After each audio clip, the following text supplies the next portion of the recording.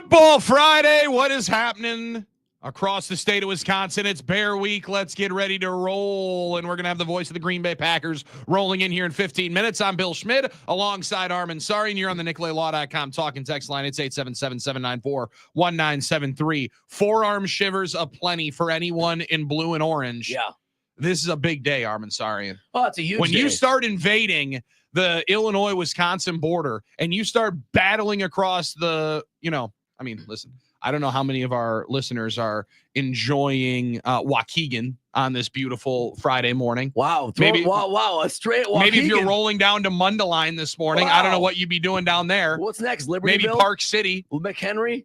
What's next? Get out of here, Cook County, all of it. Don't want any bits of it here today. Cook This County? is a Cook County, I mean? What was it? Crook County. This is a Wisconsin program, and this is a Green Bay Packers program as we get ready to take down and make it 11 straight wins and covers against these Chicago Bears. I, for one, am fired up for the 209th meeting of the border battle coming up on Sunday. Oh, absolutely fired up, Billy. I'm glad you mentioned the cover. It's one thing to win 10 times against somebody in the NFL. That's not easy, but to cover all 10 of them. Good teams win, great teams cover, and the Packers are a great team in this rivalry. It increases the pressure because, you want to keep that thing going, and the Packers want to, and I think a lot of people expect to.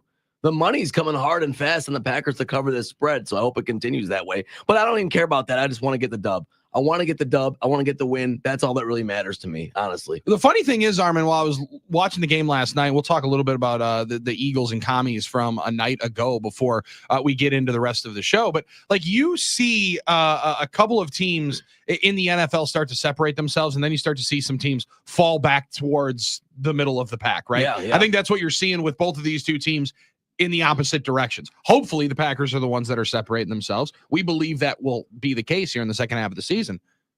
But the Bears have slowly faltered, stumbled, fumbled, now fired their offensive coordinator. And rarely when one team is 6-3 coming off a bye with a quarterback that last year was one of the best players at the position, rarely does the other team have the biggest storyline on it. And I'd be honest with you, Armin, I don't know a whole lot of people that don't see the Bears being the biggest storyline coming into this game. Losers of 3 in a row, firing Shane Waldron, and reportedly potentially benching the number 1 overall pick. Yeah, that is crazy. And a team that was starting to, maybe figure it out. They had gotten some early wins. I know the schedule wasn't too tough, but they were winning their games. And then all of a sudden they've looked terrible. And boy, we were there last week, Billy, at the D when there was a big table of Bears fans. Very frustrated. Heartbroken about how bad they looked. And they did look bad. They looked pretty bad, pretty awful. So you want that to continue. Obviously, if you're a Packer fan, you're hoping it continues. You're hoping this is a game, Billy, where the Packers kind of smell blood in the water and they go attack it, and not a game where the Bears say, okay, we got rid of our offensive coordinator. We need a little bounce. We need to feel good about ourselves. You don't want the Thomas Brown bounce. We don't want that. We don't want a team, especially even though the man coordinated a 32nd ranked defense or offense last year. There are 32 teams in the league, correct? Yeah, I believe so. 32nd out of 32 teams in football last year with Carolina. It is an offense that put 30 up on you last year, though. They did. And so let's just make Bryce sure. Young's best day as a pro. I don't remember that. We still won that game. Different defense. Don't worry about it. Well, so do we have a different one now. So I didn't want to think about that. But yes, Billy, that's true. I don't know. I guess the concern is if you're a Packer fan that they could find some sort of magic or kind of circle the wagons type effort. And the Bears have had some good moments this year. So that concerns you, but I would love just for another beatdown of the Bears so we can continue to talk trash to those folks in Lake County. Actually, you were talking about Waukegan and Libertyville. That's actually Lake County, I believe, because I got a speeding ticket in that county once. Had to drive to Waukegan to pay it. It was very annoying. They wouldn't let me pay it online. You didn't have to go to Round Lake. Round Lake? Well, they wouldn't let me pay it online. They you can't pay it online. I'm like, this is what year is this? What do you mean I can't pay it online? So I have to go drive. It's an embarrassing life that they're living down there. To the Lake County Courthouse in Waukegan. No, I'm going to then they're like, send a money order. I'm like, who gets a money order? I don't know how that I'm works. Not walking to Wells Fargo and sending you a money order for $14.84. Sorry. I'm not getting a money order. So quit asking. What, are you, is this an official government entity? Really? It sounds like what they wanted you to do is drive down there, go to American Place. Sounds like they were running some sort of scam. I'm to be honest with you. They wanted you to gas up, grab some cash, go down to American Place and hang out with Drew and KB. Move to Uzbekistan or something. Maybe, listen. Some That's sort of scam. That's a dangerous spot here. All right, Uzbekistan getting a lot more run in the state of Wisconsin than we ever would have thought here today on a Football Friday. Yeah, can't trust anybody these days. You can't trust anybody. So Can't I'm trust just saying, anybody. you can't trust anybody. So I don't know. Let's go and get that dub, Billy. Let's just take care of business, right? I mean, if the Packers play mistake free, which I think is the number one theme this week for me at least, Sure. mistake free, no, turnover free. Try to take it, try to tone down the pre-snap penalties.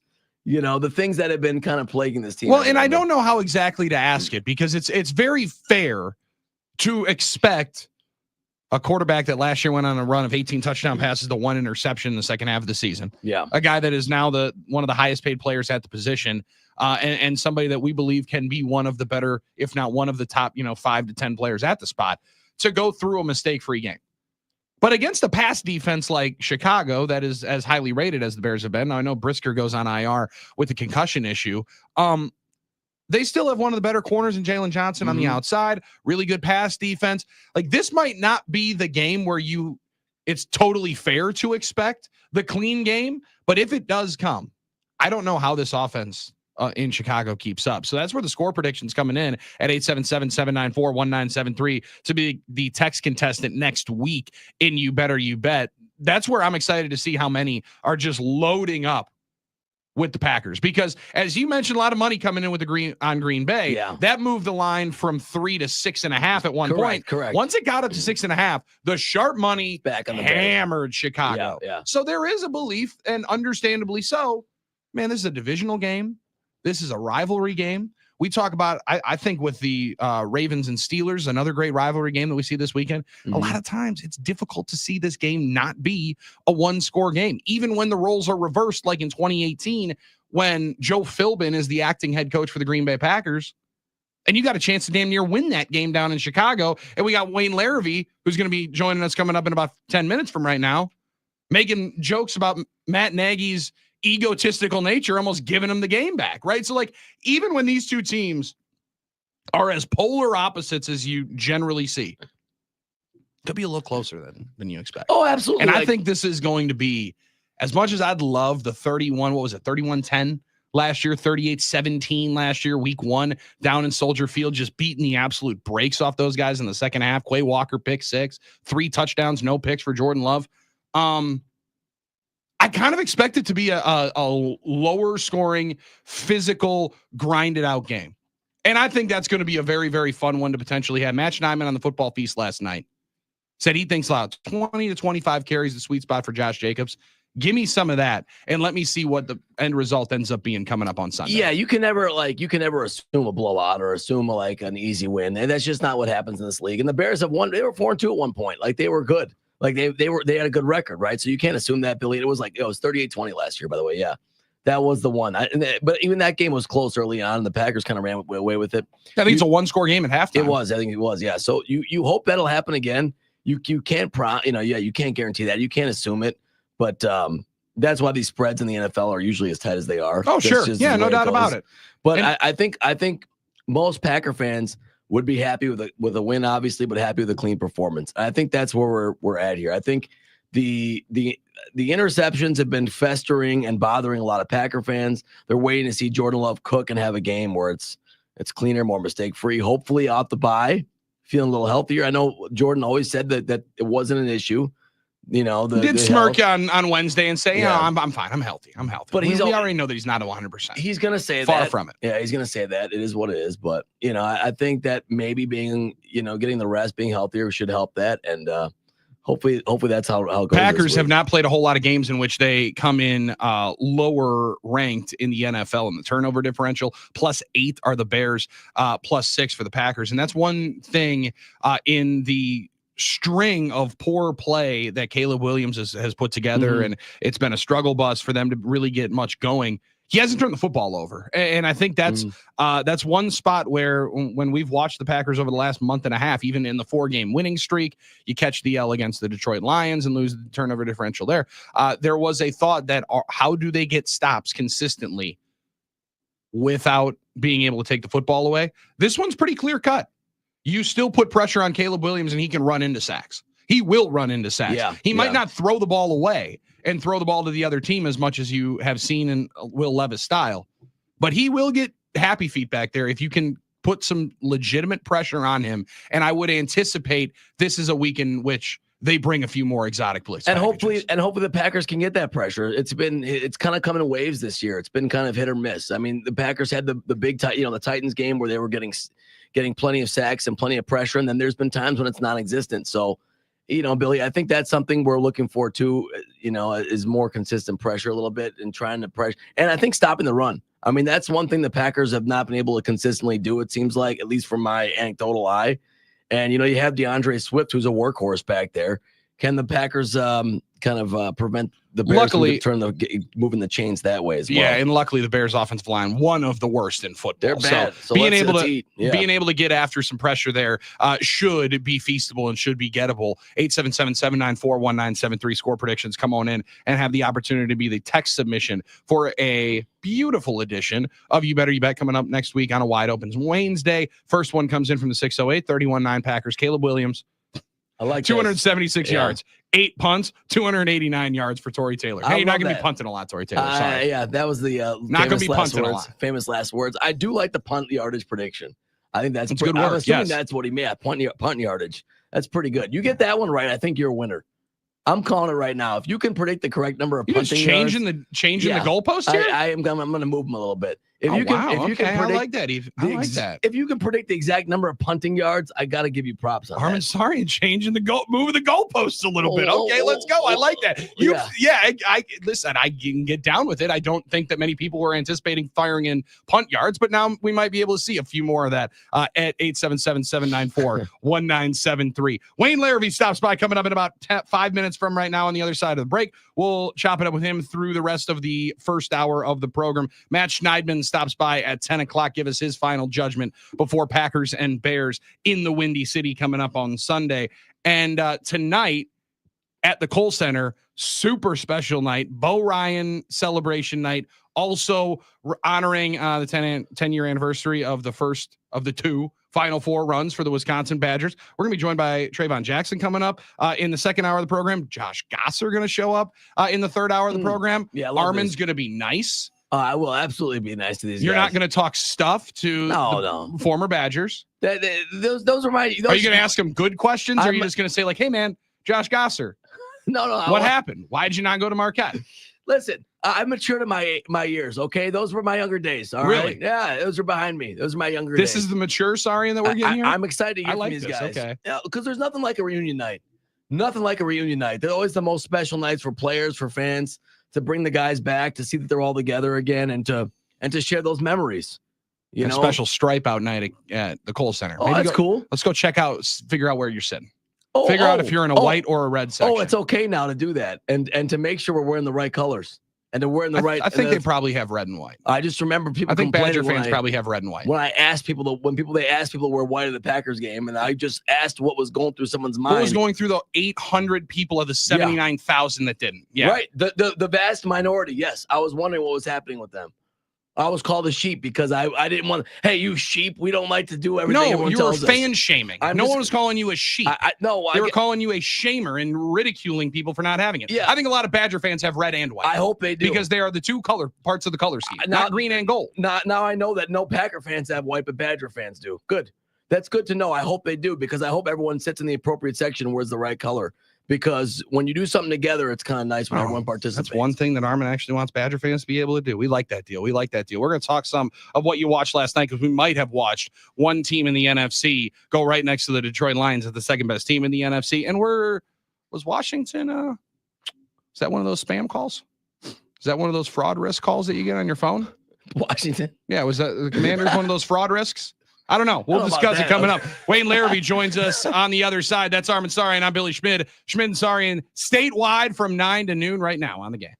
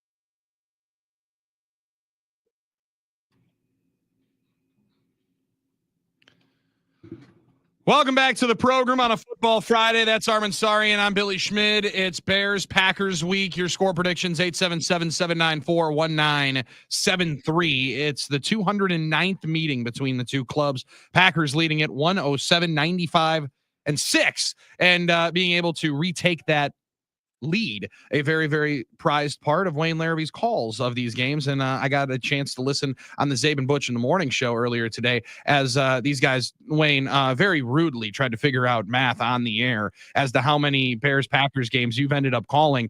I was more just going to say, as a broadcaster and as somebody that I do think, you appreciate the history of the game as much, if not more than anybody, knowing that you've illustrated so many of the massive, benchmark games over the last 40 years, that does have to be something for you to think back on this rivalry extremely fondly in your career. Yeah, absolutely, Billy. I mean, I had, it's been an honor to broadcast these games, but also to broadcast the Super Bowl championship for the Bears, and later, many years later, a Super Bowl championship for the Packers. That's probably the headline of my entire career. Those two teams, those two Super Bowls. And they're two of the pillar organizations in pro football. And it's one of the reasons why I appreciate the rivalry so much, because there's obviously been appreciate Cliff Crystal being able to document all of the history with these two clubs back in the 20s, 30s, and 40s. But Wayne, there would be a lot of us that didn't know how intertwined and how the success of the two brands kind of needed each other. And now the rivalry is what it has been. And it's the oldest, most historic one in pro football. Yeah, it's certainly, from a history standpoint, absolutely. Is it the hottest rivalry in the NFL today? Unfortunately, I'd have to say no. There are others that burn brighter. There's no question about that. But when you talk about rivals for years and years, over 100 years, it's Bears, Packers, it's Hallis, it's Lombardi, it's Lambeau. The names just roll off the tongue, and they're some of the greatest names in the history of the game.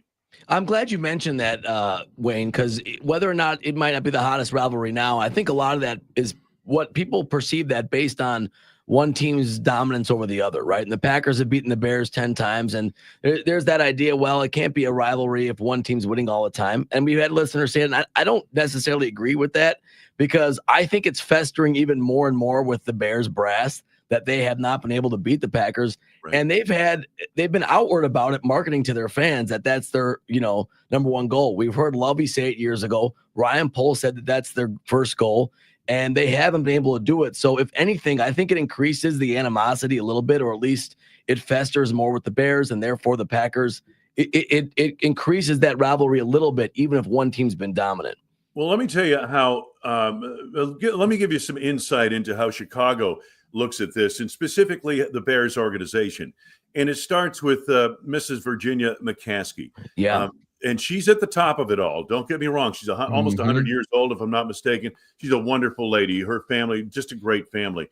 But their number one priority, and it was the number one priority for George Halas, beat the Packers. If you only win 2 games in a year, make them against the Packers. And that's been something that's filtered down from the front office to the general manager, to that level, to the coaching staff, and on to the players. So it's a very big deal. And they've lost 10 in a row to Green Bay. So, and by the way, they've lost 10 in a row on 2 separate occasions over the last 30 years. And I think the Packers have won, 25 of the last 29 games in this series. So you have to understand the kind of priority there is in Chicago and how much frustration there is in this series against Green Bay. But it is very important for the Bears. And now let me take it to the next level, and that's the fan level, because the players come and go. Football teams change every year. Yeah. Players last for a very short period of time, but the fans don't go away. They don't change. And it's a very important game. It's the most important game for Packers fans and Bears fans. And that's maybe some guys would say, oh, no, it's the Vikings. So it's this. No, it really, if you're a real longtime fan of the Bears or the Packers, this game means more than any other. Yeah, I mean, maybe if you live in Eau Claire and you've married into a Viking fan family, then you know what, Wayne, you got your elbows up, and that one will be. But I'm with you on it, and it's always been a part of It's always been a part of me living down here in the southeastern portion of the state, going to Carroll University. Tons of Bears fans that I went to school with, that I've grown up with, that I've always had friendships with. And it's one of my favorite things you mentioned 25 of the last 29. I can actually remember all the losses more than the wins. Sure. And I think that's where you can tell how funny and how important this rivalry is. Rarely when one team comes in losing 3 games in a row, one team is considered one of the teams to potentially beat in the NFC. The storylines will be with the 6-3 club instead of a 4-5. But Wayne, I think coming in nationally, people are looking at what's going on with the Chicago Bears. And that's where the biggest national storyline is. Do you disagree? No, I agree wholeheartedly with you, and it's about the failed, what appears to be the failed restructuring of this entire Bears team over the last couple of years. Okay, the coaching staff, they fired their offensive coordinator. So here's Caleb Williams. He's in his first season in the NFL. He's already working with his second offensive coordinator. Next year, if they make a major coaching change, he'll probably be working with his third offensive coordinator in less than 2 years in the league.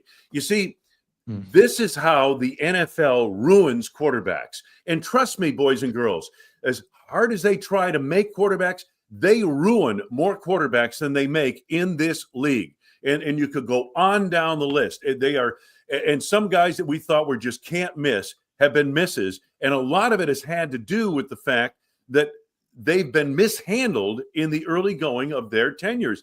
You draft a quarterback in the first 5 picks of the draft, top 10 even.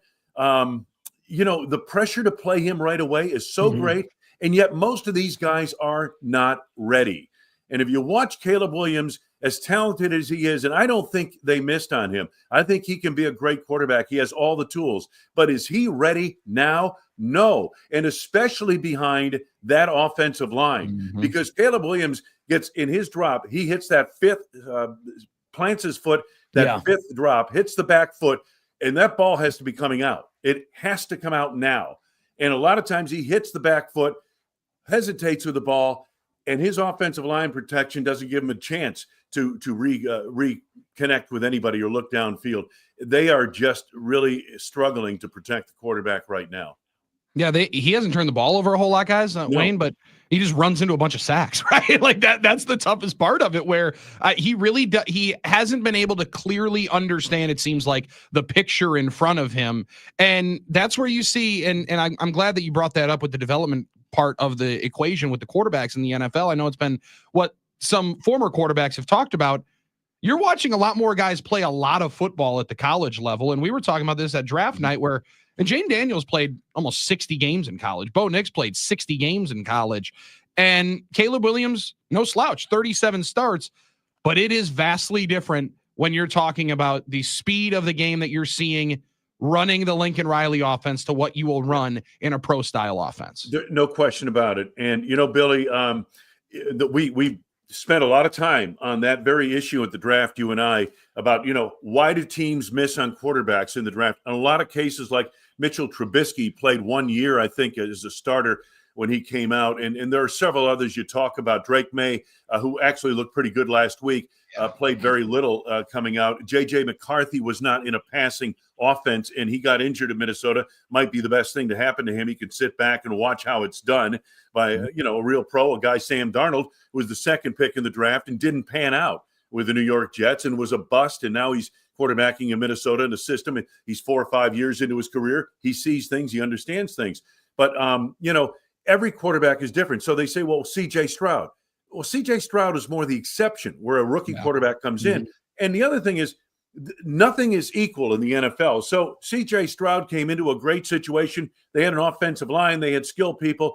The Bears have skilled people. They don't have an offensive line. And Caleb Williams is struggling. And by the way, none of these guys are the same. Some see it really quickly and catch on right away. Other guys need to take time. And that the way the Packers have done it with their quarterbacks is somewhat the envy of the league. Yeah, and I wonder when that's going to start inspiring other teams to maybe follow that lead, or maybe it has in a place like Atlanta. But I'm sure that the confounding thing is I'm sure teams and organizations would love to not put themselves in that position. But is it a matter of just being more patient, Wayne, or is it a matter of, we can't stand losing, so we're going to quickly make changes when we start losing, because as much as the Bears have struggled this year in terms of Caleb Williams and his development, they've still won 4 games. So I think it's very tough to stay patient. But if we're talking about teams not being patient enough, you wonder why teams won't do it as much as they just are trying to self-survive and win games in the moment. I was talking just earlier this morning to the audience in Chicago, and Armin, if you go back to that Washington game 17 seconds ago, the Bears had struggled all day offensively, but they mustered a couple of touchdown drives in the fourth quarter and took the lead. Yeah. And now you've got your opponent in a Hail Mary situation. And, Hail Marys don't often get answered. They really don't. We're spoiled. Aaron Rodgers used to complete them all, it seemed like. But it's not a high percentage play. And the way that play came down in Washington, time has expired. What is it? Jaden Daniels is out there running around, and he whips that thing high in the air into the end zone. And the Bears totally misplayed it, especially Tyreek Stevenson, and tips it up into the air, and it's caught in the end zone for a touchdown. That changed everything. But let's say that play goes incomplete. Let's say they play it right. Now the Bears are 5-2. They go to Arizona. Okay, the Cardinals are playing well. They're 5-3. You think they come home and lose to the Patriots? Not on your life. So they'd be 6-3 coming into this game with the Packers. But moments in time can change everything. The complete trajectory, that one play changed the trajectory of their season. Wayne, do you think one play can make or break it for a head coach too, in like losing a locker room after that play, or the response to it in the coming weeks? I think it's not so much the play, it's the response and how they handle it. And, Billy, I'm not in a position to tell you how Eberflus handled that play at all. All you can tell is what happened afterward. They've not scored a touchdown since that game. They've mustered all of 12 points, I believe, since that game. They've really, and now they fired their offensive coordinator, and but I look for them this week, what they'll do, and I think you've got to see if you agree with this. I think what they're going to do is basically shrink the playbook a little bit. Sure. Yep. A lot of times, and I remember, I think it was Romo doing one of the games. Caleb Williams comes up to the line of scrimmage. They don't have a play call. This is either muddle huddle, or they're just giving the kid an opportunity to. They don't call a play in the huddle. They come up to the line of scrimmage. They've got a couple of things they're going to call depending on what he sees on the defense. That's kind of high-level stuff for a rookie quarterback to be doing. Yeah. And I was surprised they were doing that. And they did it quite a bit. And Caleb then gets to the line of scrimmage. He sees what defense they're in. He calls a certain play at the line of scrimmage. I think they're going to simplify the playbook. I don't know if they're going to throw downfield. They're very ineffective in throwing downfield. Passes 20 yards in the air or more. He's maybe the worst in the league at completing those, and with a passer rating under 60. But my point is this: they'll shorten the passing game. It'll be quicker. It'll be one read, and then boom, the ball's out. And that's what they have to get back to get this kid into a rhythm. Because I don't care what Caleb Williams. I know he's a high quality person. I know he's a high quality talent. But there's no question that he has got to be wondering now. His confidence has got to be shot right now based on the way they played the last 3 weeks. And when you consider what's going on up front, they need to get him some early success, and you'll see a lot of quick, short passing game. They want to go downfield. They have the people to go downfield. Roman Tunze's out there. DJ Moore's out there. Keenan Allen dominates in the slot. But if you look at all those guys, because of the way they've struggled with that offensive line, not being able to protect the quarterback, all of those guys have some of their career worst numbers right now. Yeah, and it's not surprising. Like not being able to block and not being able to get the ball downfield, they really have no chance to be able to push the ball downfield because he's continually running for his life. Our conversation with Wayne Larrivee, sponsored by the Steam Fitters Local 601. Learn more by visiting steam601.org, National Fire Sprinklers Association. Visit them online at nfsa.org. Wayne, on the Packers side of it, and you mentioned it, not trying to push the ball, not being able to push the ball as far down the field. When you start looking at and listening to Xavier McKinney going into this week, you're spot on. Players come and go. So that's a difficult part to always instill the disdain between the two clubs, especially when it hasn't been back and forth. I like the fact that Xavier McKinney apparently doesn't like DJ Moore. It's just right at it. Wayne, I'm sorry. I like all the trash talk. I love the pettiness. Sign me up for 60 minutes of Xavier McKinney being able to shade over towards DJ Moore, because I think that could be a lot of fun coming up this weekend. Yeah, and let's have a little extracurricular activity out there, too. Why You know not? what I mean? Why not? Easy Yeah. for us to say we're sitting up in the press box. But, Damn right. hey, no, this is a rivalry, and you don't want this to be lovey-dovey. You want this to be, rough and tumble, and you want people to not like each other out there. It's okay. It's a rivalry. It's okay to not like everybody. A little more fun. They don't have to go. It's not quite Yankees, Red Sox, but it's close. And, hey, yeah, there's a little something to be had here. It's the way it always was, and it's the way it should be. No, I don't mind Xavier McKinney getting into it with DJ Moore, and actually started with DJ Moore in the offseason. Yeah. So, Yeah. Quieted him right up. Now, yeah. Armin, I like that. Wayne did mention it. We don't have as many Don Zimmer moments like Yankees Red Sox. Well, they did have Charles Martin and Jim McMahon, right? Yeah. I know, but Yeah. do we need somebody just shucking one of the secondaries coaches, like a pitching coach for the Yankees? When he's coming after him, doubling him into the ground. I don't think Who so. would be their A-Rod to just get his face smushed like That's that? a in the great fight? question. We'd have to really break this whole thing down. And I'd who be would interested who'd in it. I'm the down mix. for it. Yeah, that would be something different to watch. I'll tell you one guy that's going to be in the mix there. Devontae Wyatt's going to be in the mix. Sure. My man 95 is always in the extracurricular mix. They're going to find some guys that are going to be able to be in there, Wayne. I'm alongside with you on that. I think that could happen coming up on Sunday. I agree. Hey, nothing wrong with a little pushing and shoving in a rivalry, boys and girls. Let me tell you, nothing wrong with that. Wayne, I expect the Bears to try and run the ball too. Do you think that's part of it? I think we talked about Caleb a lot, but the Packers, if they're susceptible to one thing, sometimes it's been the run, and they have the workhorse DeAndre Swift. Yeah, DeAndre Swift's one of those, I look at him as one of those guys who can go from power to explosion. I mean, he can beat you out in the open field. There's no doubt, but he's a power guy, kind of a grinded out kind of running back. Not unlike Josh Jacobs. I wouldn't put him on the same level as Josh. But, yes, Armin. And the thing that I've liked about what Hafley's defense has done, have they been airtight against the run? No, not at all. But they rally to the football better. They're much better against the run than they were a year ago. And, they're 13th against the run. They're giving up, 113 yards a game, 10th against the run, 7th on yards per running play. I like what they're doing against the run, and I think they're going to be tested. But here's the thing I've noticed in watching gobs of tape on the Bears. That offensive line, is getting chastised for not being able to protect the quarterback. But they're not opening many holes on the ground either. And that's true. Swift is getting yardage, but begrudgingly.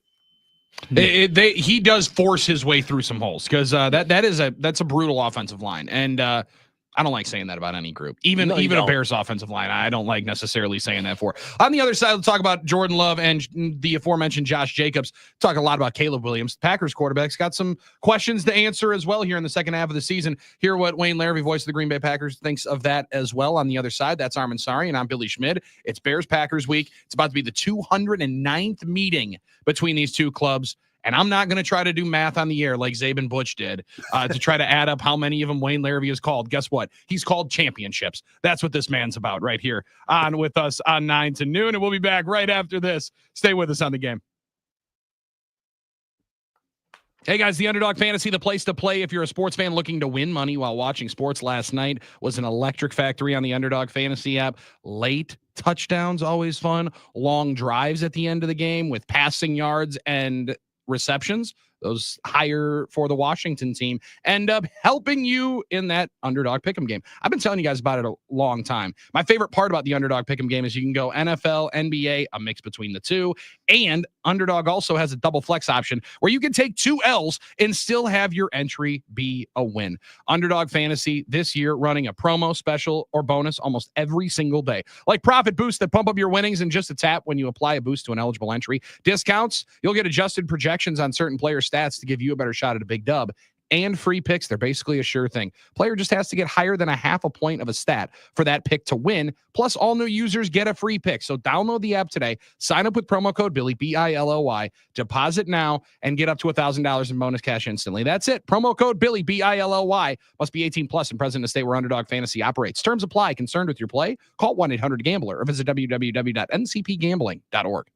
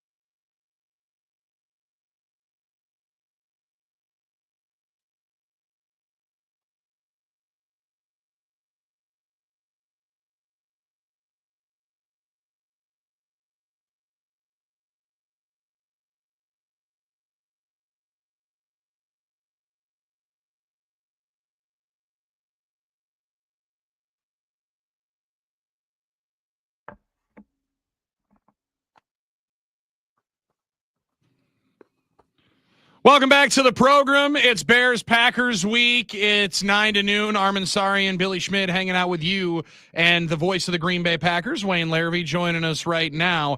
And Wayne, I know that there's a lot to be made about the two clubs and the history, and we talked a lot about it, and it's always an exciting part of it. But when you're getting into just the second half of the season for the Green Bay Packers, so much is going to be made of the performance of Jordan Love. The second half of the year was kind of made by the performance of Jordan Love a year ago. I don't know how right this is, but against this Bears defense, we've been waiting for the clean game for Jordan Love for about 2 months now. Is it really fair to expect against this pass defense for the Chicago Bears, or is that later on down the road, you just want to see the good signs coming from Jordan Love and some of the decision making? Yeah, I think when you look at quarterbacks, and we focus so much on their natural talent, their arm ability, their ability to escape pressure with their legs, that type of thing, that really the most important aspect of a quarterback is decision making. And I think any quarterback would tell you that, making the right choice on a route downfield, not knowing when to force it, knowing when not to force it, that type of thing. As far as Jordan Love this year goes, he's not been bad. It's just, at times he's been great. But I don't feel like he's ever had a chance to get into a rhythm. And he played the first game, got injured late in that game down in Sao Paulo against Philadelphia, missed the next two games, comes back, kind of nursing his way back through an injury, then gets hurt again, suffers a groin injury in Jacksonville, doesn't play the rest of that game. He went out early in the third quarter. And so, and now he came back against Detroit, and now he looks like, and I saw him the other day at camp, he looks to be healthy, 100%, or let me put it this way, as close as you can be to 100% in November of an NFL season if you're a player. So it's not 100% to the rest of us, but to them it might be. I think he's got a chance here now. This bye came at just the right time for he and his team to kind of regroup a little bit. They've done some really good stuff, okay? But can they get the consistency that will lead to a big run as they had last year? And that's, I think, the focus for him as a quarterback and they as an offense. It seems to be, Wayne, I think we as fans and observers sometimes struggle with what the optimum level of risk is, right, for a quarterback, because often people would lament, okay, Aaron Rodgers is taking sacks and he's not taking enough chance. He doesn't throw picks, but does he take enough chances? And Jordan Love is not afraid to go for some of those balls, and then it creates some interceptions. So are we ever going to get to that level of we are comfortable with the optimum level of risk or not? Or is it just there are some times when you want to see more consistency from your quarterback, no matter what the result is? Because there are some of these interceptions that have been slips and tip balls and things like that. They haven't all been Jordan's fault. Oh, yeah. And one of them, Bo Melton, fell down. Right. And again, we were talking about this with Caleb Williams. You hit the back foot as a quarterback, that ball's coming out. Your receiver, by the way, has not cleared to the spot you're throwing it to. I mean, that's the way the NFL is. It's not about college open. College open, the quarterback goes back, folks. For those of you who watch Saturdays, he goes back, he waits, he sees his receiver open, he throws the ball. The difference on Sunday is that the quarterback goes back, hits his back foot, throws to where the receiver is supposed to be, he has to trust that that receiver is going to get there, beat the defensive back to that spot on the field. The ball comes out before the break is made more often than not in the NFL. And if it doesn't, then the timing of the play is thrown off. And if you need to see timing thrown off, watch the Bears offense for the last 3 weeks, because they have had no timing in their passing game whatsoever. So a lot of these interceptions, they're not all equal, okay? Yeah. But Jordan Love on the goal line at Los Angeles with kind of a desperation throw, that pick right before halftime against Detroit, deep in Green Bay territory, pick six, changed that game irrevocably. And so those are the things, Tom Brady, I think, said it. You've got to, as a quarterback, know game, situation, spot on the field, what's at stake before you make a throw. And those are the things a quarterback has to comprehend. One of the toughest positions in sports to play. Yeah, it really is. And that's extremely well said, of just knowing the time, place, and when you can make the mistake, or when the game calls for you to push the ball a little bit more into one of those tight spots. Wayne, feels like a game that could be won absolutely on the ground and potentially should be. How do you think a healthy Josh Jacobs and Josh Myers add into the equation coming up this weekend for the Packers? Oh, I think big. I think it's big. Jacobs has been everything you could hope for as a Packers fan. Watching him run the football, he gives this team some real toughness. I mean, he's a tough runner, but he also, if he breaks a tackle, he's liable to go to the house. I mean, he has that capability. I think he's had just a terrific year. I think running the football is going to be important in this game. It always is. But I think the Packers have more ways to win, more ways to move the ball offensively than do the Bears in this game. Understand something. It's interesting because I was talking, I think, to Mike Keller yesterday, and where are these two teams since the last time they met? Okay, let's go back to that last game of the regular season. Remember that in Lambeau Field? Yep. Bears are coming in, and they're about to have a winning season, one more win, and they'll have their winning season or whatever it is. Or anyway, they've got a chance to really be the Detroit Lions of the previous year, Totally. and they're playing really well. And defensively, they're stopping the run. They're just charged up, and Justin Fields is running all over the place. The Packers coming in, they're red hot as well. Need a one win and they're in type of scenario, and they were able to get that win. These two teams are not as good today as they were last year in January. But understand something. I'm not being critical, folks. I'm being analytical here. We're in November. These teams evolve. You either get better or you get worse. They evolve through the season. And the Packers have a lot of room to evolve to where they were a year ago or better by January. And that's what you're hoping for here in the second half of the season. And, but to expect, the Bears are not as good as they were a year ago this time. The Packers aren't either. The best teams are always getting better, and you're exactly right. You're either getting better or getting worse. You're definitely not staying the same, especially in November in the National Football League. Wayne, how's your guys' spot this weekend at Soldier Field? Decent? It's not bad. We're down around the 25-yard line, kind of low, overhang over us. So if somebody throws a rainbow pass or hits a punt, we have to look at a TV monitor to see it. But outside of that, Soldier Field's okay. It's not the best venue in the world, but not the worst. We'll make do with it. Hey, one other somebody on X pointed out very astutely that we keep saying the Bears and Packers is the oldest rivalry. It is not.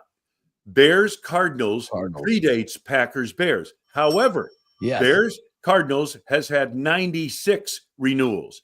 Bears-Packers, that's going on 209 this weekend. That's fantastic. Yeah, so it's all semantics there. But we know what the real rivalry is. You know what I mean? Yeah. It's those Packers. Yeah. It's all semantics. Do they still have any Cardinal fans in Chicago? That's the thing. They moved there to St. Louis. Is there anybody still saying, you know what? Forget this McCaskey fan. I'm cheering for the Cardinals. Right.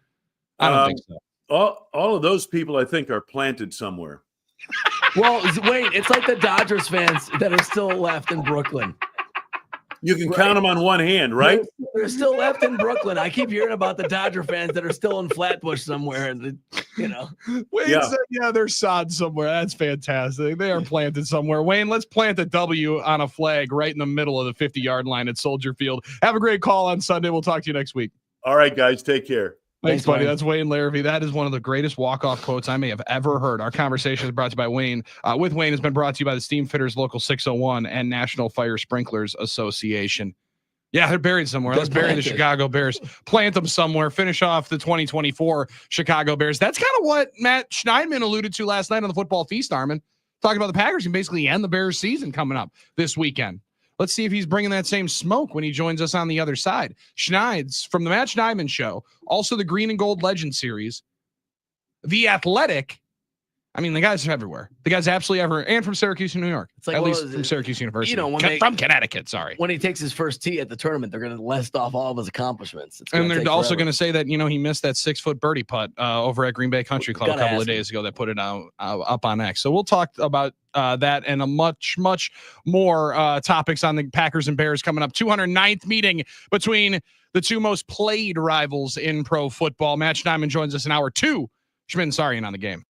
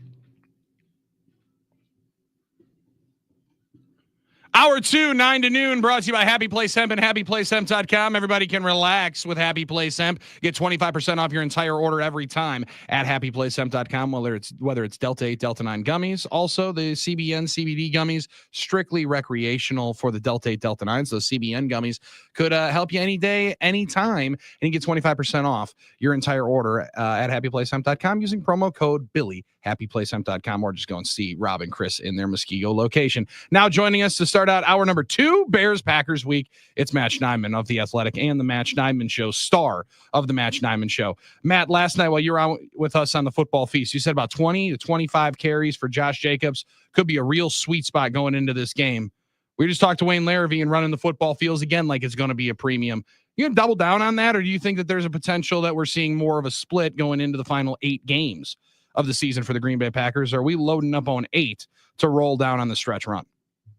Yeah, I don't see why you wouldn't. Who would it be a split with? I don't think you're splitting with Emmanuel Wilson or Chris Brooks or Marshawn Lloyd. I think Josh Jacobs is clearly the feature back. I know in some games this season, earlier in the year, there might have been a split between Jacobs and Emmanuel Wilson, but Josh Jacobs has proven very capable of handling a workload and staying healthy, which, nobody's fully healthy at this point in the season, but he's been able to stay healthy enough to be on the field, stay productive, stay efficient. So no, there shouldn't be any split. I don't think there really has truly been over any consistent stretch at any time this season. The one question with the running back group is Marshawn Lloyd going to take over that number 2 spot once he gets back, gets healthy, gets a couple games under his belt? But no, I think you got to ride number 8. It is interesting, I think, actually, about the number 2 spot. I mean, for a while it was Emmanuel, and then it seemed like Chris or Brooks took over that spot. Basically, he was getting those reps, and we don't know what Lloyd can do yet. So I would like to see it. Originally, I had these dreams of that like four-headed monster back situation. Louise, 4 of them? Yeah, well, I had those dreams. It was like when what are you dreaming about? You had dreams about a 4-headed monster, a 4-headed backfield. monster back. That sounds like a dangerous thing to be dreaming about, man. Back in 05, when you had the doing too many Delilah night shows here that you're thinking about over here with dreaming about the 4-headed monster. When you had the Amon Green, I'm just gonna go right by that. When you had the Amon Green, Davenport, Tony Fisher, sure. Yep. The Packers for a while, and I would always say this. I'm like, man, you got, you have Aaron Jones, Jamal Williams, all those AJ heads. Dillon, and Tyler Ervin, all those heads, all 4 of them. So you never know what could happen. It's nice to have that. It's nice to have a rotation, but Jacobs has been that dominant one. I don't know what I was going for there, guys. Sorry. Yeah, you definitely don't need 4 running backs. You don't need it. I'm just saying it's having fresh guys, that talented guys back there, to be able to cycle through. But let's talk about Marshawn Lloyd a little bit, because Matt, you mentioned it. We don't necessarily know if he's going to find his way into the rotation. Last night, Drew and I kind of joked about it that he might be the human victory cigar if he would grab 5 carries in this game. There's an anticipation for him all season long, but it's difficult to not see a full almost redshirt year. I know he's potentially going to be back on the 53 and take that spot of Preston Smith, but when you go through the amount of injuries that he's had this year, it just feels like an absolutely snake bit season to start out his pro career. Yeah, without a doubt. I mean, he's dealt with 3 different injuries now, one to start camp, one during camp during the preseason, and then another for the last 2 months, really. And it sounds like he's going to get activated on Saturday. The Packers have until Saturday at 3 p.m. to fill that Preston Smith roster spot for this weekend's game. Matt LaFleur said yesterday that it's looking like it's going to be Marshawn Lloyd filling that 53rd roster spot. He's listed on the injury report with the ankle injury and the hamstring, but LaFleur said yesterday they examined him and it's not a hamstring. So I don't really know exactly what's going on there, but LaFleur did say that it doesn't seem to be of real concern. He looked good at practice yesterday. So I don't think it's, something longer term or even shorter term, really. I just think he's, dealing with something that is unbeknownst to the public right now. And I expect him to get activated. Will he get a couple carries? Probably just to get his feet warm. It would help if the Packers are winning by a lot in the 4th quarter and he can get, a good stretch, but I don't think they're going to throw him in there for a normal number 2 running back workload in his first game back in 2 months. How about the offensive line? What does the health look like right there? Because Josh Myers out, obviously a lot of musical chairs, moving parts in that Detroit Lions game. Yeah, I think. Sorry, you broke up there for a second. What'd you ask about? How about the offensive line, the health there with Josh Myers coming back and not the moving parts. I think if Josh Myers plays, he obviously goes back to center, and then Elton Jenkins back to left guard. I think it's as simple as that. You want Josh Myers as your center. You saw what Elton Jenkins being out there can do in terms of hurting the unit a little bit. Yeah. The exchange between him and Jordan Love, some of the, false starts you can maybe put on Elton, but Josh Myers, I think, has been solid this year, and you're going to need him out there, and then it'll just go back to the regular Rasheed Walker, Jenkins, Myers, Ryan. Zach Tom. Speaking of health, I mean, Jordan talked over and over again. He made reference to it that the health has not been an issue for him in his play, but he's been dealing with these injuries, and I know a lot of people drew that correlation, Matt, between his lack of, his kind of drop off in play and the injuries, and that maybe he wasn't 100% healthy. Do you expect him now does he, after the bye week to be healthier and therefore the play improve? Do you think there's anything there? Is it just his player speak that he was not dealing with health issues? What do you think about that? Yeah, it's probably a little bit. I can't sit here and say that his injuries directly led to the interceptions. I just think it probably hampered some of his mobility. And did some of that mobility force him to, stay in the pocket and throw the ball instead of, creating plays outside the pocket, taking off maybe? But yeah, Jordan Love said this week, and I would expect him to say nothing less, that if he's healthy enough to go out there, he's healthy enough to protect himself, he's healthy enough to make good decisions, and he's never going to use that as an excuse. And that's pretty much what he said this week. I don't think anyone's going to say, oh, he was injured, so he's throwing all these picks. I just think he needs to make better decisions and execute those decisions better, because I think the Packers, like I've said, are happy with his decision-making process, but the results need to be better. And it's the hero moment right there where you don't necessarily have to make the play to change the game. And sadly, it changes the game on the contrary side. And I think that was what Tom Brady was really talking about on the TV copy, which was really well put. At The Athletic today, Matt Steinman's piece talks about the oldest rivalry in the NFL, most played rivalry in pro football. But how do the young Packers players see this? I love Josh Jacobs' statement of I take every game personally when I'm on the field, so it doesn't necessarily mean a whole lot to me. But what was that sentiment, Matt, throughout of it's a rivalry for fans, and it's one of my favorite ones because I don't like a whole lot of Bears fans. But for Packers players, this is just another game that's going to be big in terms of the division, correct? Yeah, I think it was interesting, and I don't think this is the first time they've done this. Mike Halbach, who's the Packers director of video technology, put together like a minute-long video of highlights and clips from the Packers-Bears rivalry. There were some clips in there so old that Matt LaFleur didn't even recognize who they were. There was some black and white in there. Was Charles Martin in there? I don't know who that is. You should look it up. You got to look that up, Matt. You got to look up Charles Martin, Bears Packers. Jim McMahon, yeah. That's the word. I know who Jim McMahon is. Yeah, you're going to want to know that one. And I think that was just to educate the guys. LaFleur said it's still important to educate them on the rivalry, and it seems to have resonated with guys like Evan Williams, who said he wants to know the history of it. He wants to feel those emotions going into the game. Jacob said, he still takes it seriously. There's still a little extra juice, but admitted he maybe doesn't understand the full meaning behind it yet. And there's nothing wrong with that. Jordan Love, Xavier McKinney, I'm trying to think of who else was quoted in the story. Jaden Reed, Lucas Van Ness, the last two guys being locals in Illinois.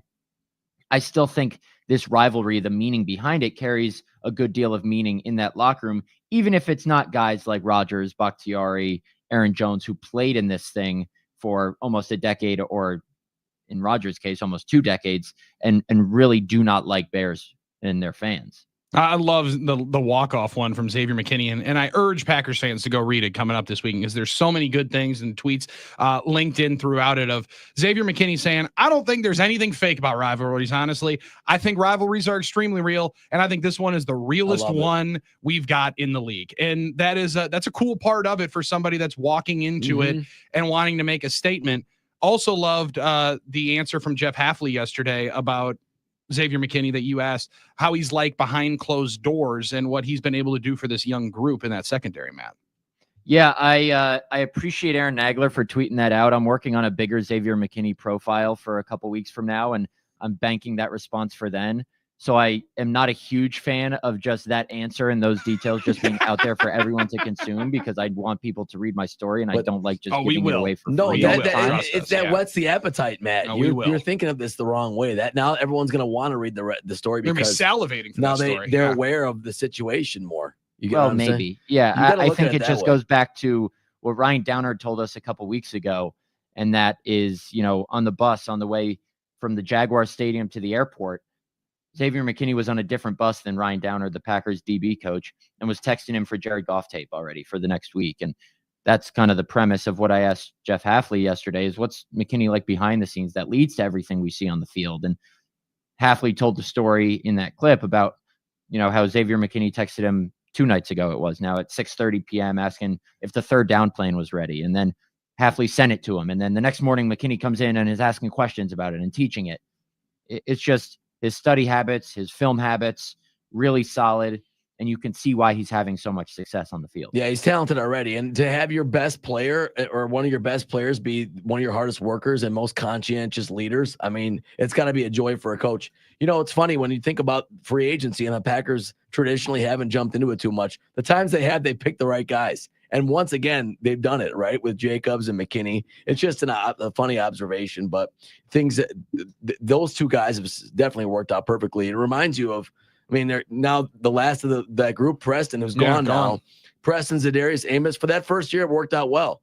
Don't disrespect Billy Turner. And Billy Turner as well. I would never forget him on that. Yeah, and look, in the couple years after that, the Packers weren't financially able to really spend a bunch of money in free agency because they were hamstrung against the cap because of Aaron Rodgers and others. So the fact that they had the money to spend, the fact that they got Josh Jacobs and Xavier McKinney, depending on how far the Packers go this year and in future years with them on the team, because I expect, both of them to be on the team for at least 3 years, this could go down as an all-time free agent class, even if it's just 2 guys, especially if they win a Super Bowl. Yeah, if they win one, there will be a lot more talked about it. And I also love the story that Rob was putting up here today and just re-emphasizing and talking about the 2019 group. Mm-hmm. Crazy to think that Preston was one of the 5 last players that were on Matt LaFleur's first team. Makes sense, Matt. I mean, they are the youngest team in pro football for back-to-back seasons, but to only have 4 guys here from his first team, that really just slaps you in the face with how much they have turned this roster over and just how quickly they've done it, almost more in just a matter of 2 years. Yeah, without a doubt. And Brian Gutekunst and his staff have done a great job of infusing this roster with young talent. You look at guys in their 3rd year or less that are really contributing. All the receivers, Edgerrin Cooper, Evan Williams, Javon Bullard, even a guy like Xavier McKinney, who's in his 5th year, is still only 25 years old. Yeah, it's huge. Like Jair Alexander has been here for what? 18, 19, 20, 21, 22, 23, 24, 7 years. He's 27 years old, I think, or I don't think he's 28 yet. I'm not sure, but a really young team. Eric Wilson is now the oldest offensive or defensive player at 30 years old. Jair's 27. Their window is not closing. I think it's just opening. But they can't let this era of Packers football with this team look back on this couple years or however long their window's open and say, man, we really let one slip. We didn't win a Super Bowl there. So what better time to take advantage of that than this season? Yeah, no doubt. Well, there's probably a better time because the Lions are clearly the best team in the conference, but are the Eagles clearly the second? I wouldn't say clearly, but I would say the Eagles are the second right now. I would put the Packers third. Mm-hmm. Yeah, I think that's a pretty fair statement, Armin. Yeah, I think especially after last night. Actually, I would put the Packers 4th behind the Vikings. Behind the Vikings? Okay. Yeah, that's a fair spot. Yeah, especially after last night. There's really no bad time to ever take advantage of a Super Bowl window. No, but I mean, but to Matt's point, you want to be able to capitalize and strike while the iron's hot. And right now, you got one of those opportunities. Do I see you rocking the Cuse right there, Matt? Is that supporting the bowl eligible Syracuse Orange? I don't really care about the Syracuse football team. I care more about the Syracuse basketball team. Correct. Big game tonight? Big game tonight? I actually don't know when the next time they play is. Let me check. Syracuse They're going to be good this year, or is the they play Youngstown State tomorrow, then Texas. Yep, you got it. Just throw out the records when Youngstown State. Well, they barely beat Lemoyne in Colgate, and when you're Syracuse and you barely beat a toothpaste, I don't know. Hey man, Colgate's legit. Brother, they've lost to Colgate the last 2 years. Okay, so they're improving. Things are getting better. I guess things are getting better. He dropped a hard R on you. Syracuse hasn't. What'd you just say? He said you dropped a hard R in the brother on him. That was fantastic. Brother, they've lost twice. I don't think Syracuse has made the tournament since 2021. They haven't been ranked in God knows how long. So this is not the Cuse that we grew up with. No, this is not your father's Cuse. No, it's not. That I was excited as a Marquette fan to upset every. My dad was a junior in 1987 at Syracuse when they lost to Indiana in the championship game. Keith Smart for sure. Smart, yeah. I was the junior in 2016 when they went to the Final Four. I just wasn't a fan since I was in Houston covering that game. Well, they broke And my then heart in fun. 2000. Yeah, that was a sick one. In 2013, they broke my 13 heart. was the worst. That was so bad. 13 when they lost to Michigan. Yeah, they in the beat Final Marquette. Four. in the Beat Marquette in the Elite Eight. freaking Elite Eight. Well, and we couldn't couldn't make score a 40. single shot at all. Couldn't That score Darius 40. Johnson Odom. He was on that team. Yep, DJO Vander- was a part of that. Jake- Darius Johnson. Odom. Yeah, What a Vander great call. Blue, Jamil Wilson, Jameel Wilson, pride of Devontae. the Racine area. Trent Lockett, Good stuff. good friend spot. of mine. Yeah. Now Armin's going to have to try to play nice with a bunch of Wisconsin Badgers fans or I'm Badgers excited. players because we're going to honor Bo Ryan and their trip to the Final Four, Matt, 10 years ago. So if you want some must listen to radio, Armin Sarian trying to be nice to former Badger basketball players. That's going to be lock in here in 15 minutes. I don't know where this comes from. I don't know what makes you think I would. But you barely like Butch. Hey, Butch and I have come a long way. All right, a long, long way from those days in 04 when I was swearing at him from my seat at the Bradley Center. Wish me luck, Matt. We'll enjoy all the coverage that you're going to have coming up on The Athletic and listen to you tonight for that score prediction. All right, thanks, guys. That's Matt Schneidman of The Athletic and the Matt Schneidman Show joining us here on the program as we go through hour number 2 and into, as we mentioned, a couple conversations honoring Bo Ryan tonight.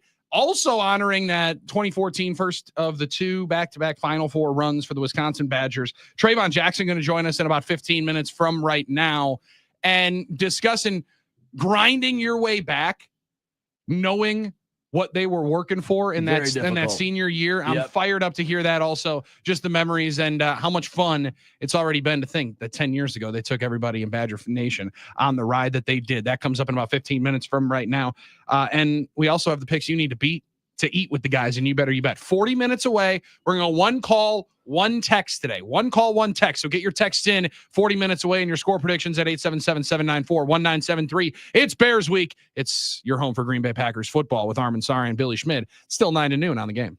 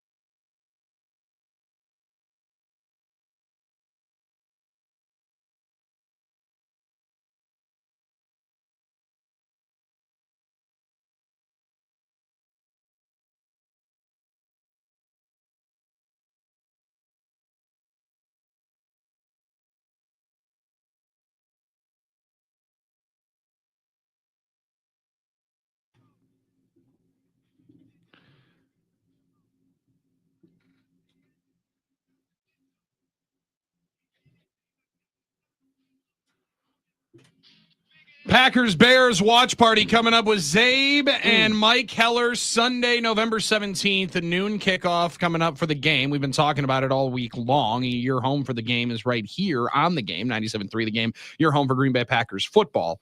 So Mike Heller is going to do Packers preview from like 10 to 11:40. Yeah. Race down to Potawatomi Sportsbook and have you watch the NFL's oldest rivalry with them, Potawatomi Sportsbook, the place to be when the game is on all day, every day. Wager on any sport, any team, player, game, state-of-the-art venue unlike any you've ever seen, featuring dozens of self-service kiosks, seating for over 200, a VIP deck, first-class bar, world-class cuisine, a video wall that's over 2,000 feet. Sports viewing paradise is the Potawatomi Sportsbook. Kickoff at noon, so get there early, grab a seat, get there before Mike Heller does, and sign up to win autographed memorabilia and other cool stuff. That's going to be an awesome time. That's going to be a great place. And frankly, the noon slate on an NFL Sunday, oh my gosh, not Billy. a better place to be. There really isn't. And it's funny. We kind of talked about this earlier. We obviously came back from the desert, Billy. I think you and I both looked at each other during our time there and agreed. Amazed. We were thinking the same thing. Like, you know, you think of the holy grail of sports betting. You think of these things. You think of Las Vegas. I'm like, Billy, what we got going on in Milwaukee at Potawatomi Sportsbook Pretty damn good. is better than all these places. Pretty good. It really is. I mean, the betting options, the menu, the functionality of it, the functionality of the kiosk. It's much easier to make bets. You can make more types of bets at Potawatomi than most places. We really don't have it better anywhere else than we do right here at Potawatomi in Milwaukee. So we love that. We love the sportsbook down there. I'm excited Mike's going to be down there. You want to talk about electric. You're talking about watching a game down there with Mike Heller. You And kidding that's me? tough. That's tough to beat. That is tough. That's to going to be beat. pretty outstanding. And especially when you know where the Dr. Pepper is and that free machine. Oh, yeah. Oh, I will brother. say, as I get ready for tonight, Yeah. and I mean tonight because, listen, I don't know that they have odds on it because there's only certain places that are actually taking action on this Jake Paul, Mike Tyson fight. Mike Tyson apparently told people not to bet on it. That's the rumor that I heard from some I guys. heard rumors that Mike spread Tyson rumors. said don't bet on it. Yeah, I don't know what Well, that Mike meant. Tyson's catching a whole lot of action here Oh, tonight yeah. after Jake Paul caught that right hand on the slap yesterday at the weigh-ins. Are you tired of people telling you that, like, I bet it's- this is going to be an electric factory Oh. to watch at the Potawatomi Sportsbook. Oh, it will be absolutely packed. First of all, I know that. Guaranteed. And it's going to be absolutely electric. People turn out for the fights now at Potawatomi Sportsbook. I don't know about you. I'm a little tired of people Slapped telling the me. taste out of his mouth. Well, he absolutely did. I don't know what if he had any left. Right in the mouth. It was like, oh, it's set up. I don't care. That was awesome. I'm tired of people No telling way. me. I'm tired of people telling me. No way. You know that was no planned, way. right? You know that You're was telling planned. me that they went out there and planned on Jake Paul getting slapped in the face, and that's why those 50 guys just surrounded Mike Tyson Didn't move, instantly? and didn't move. And no one else moved. No one looked surprised. Yeah, it might No have been planned. way. Yeah, so what? So Of what? course it was. Exactly. Do we not understand entertainment, people? This is the world of professional wrestling meeting boxing and Armin. This is what WrestleMania has always brought people in the world of professional wrestling. Your greatest of all time going and fighting the dude that everybody freaking hates Absolutely. and the young gun. There's a Like heel, there's this is the only time that this isn't in WWE that you're seeing this situation. So you had to have Vince McMahon script a slap right before. Oh yeah, I mean, let's be honest. There's the entertainment quotient of it, but Billy, it doesn't matter. I think this is intriguing for a lot of people because this is a generational war, right? This boxing match. When Mike Tyson is a or when Mike generational Keller war. said that he was fired up for the Tyson You're Paul right. fight, I knew it was on. Well, there's a lot of people of a certain generation and ilk, and whatever have you, that would love to see Jake Paul get hit in the mouth. That's just the way it is, Billy. And I told you, I hope this is an interesting fight. I hope it's not I don't want to see Tyson get knocked out. I don't mind if he loses on a decision. I hope it's a real boxing match.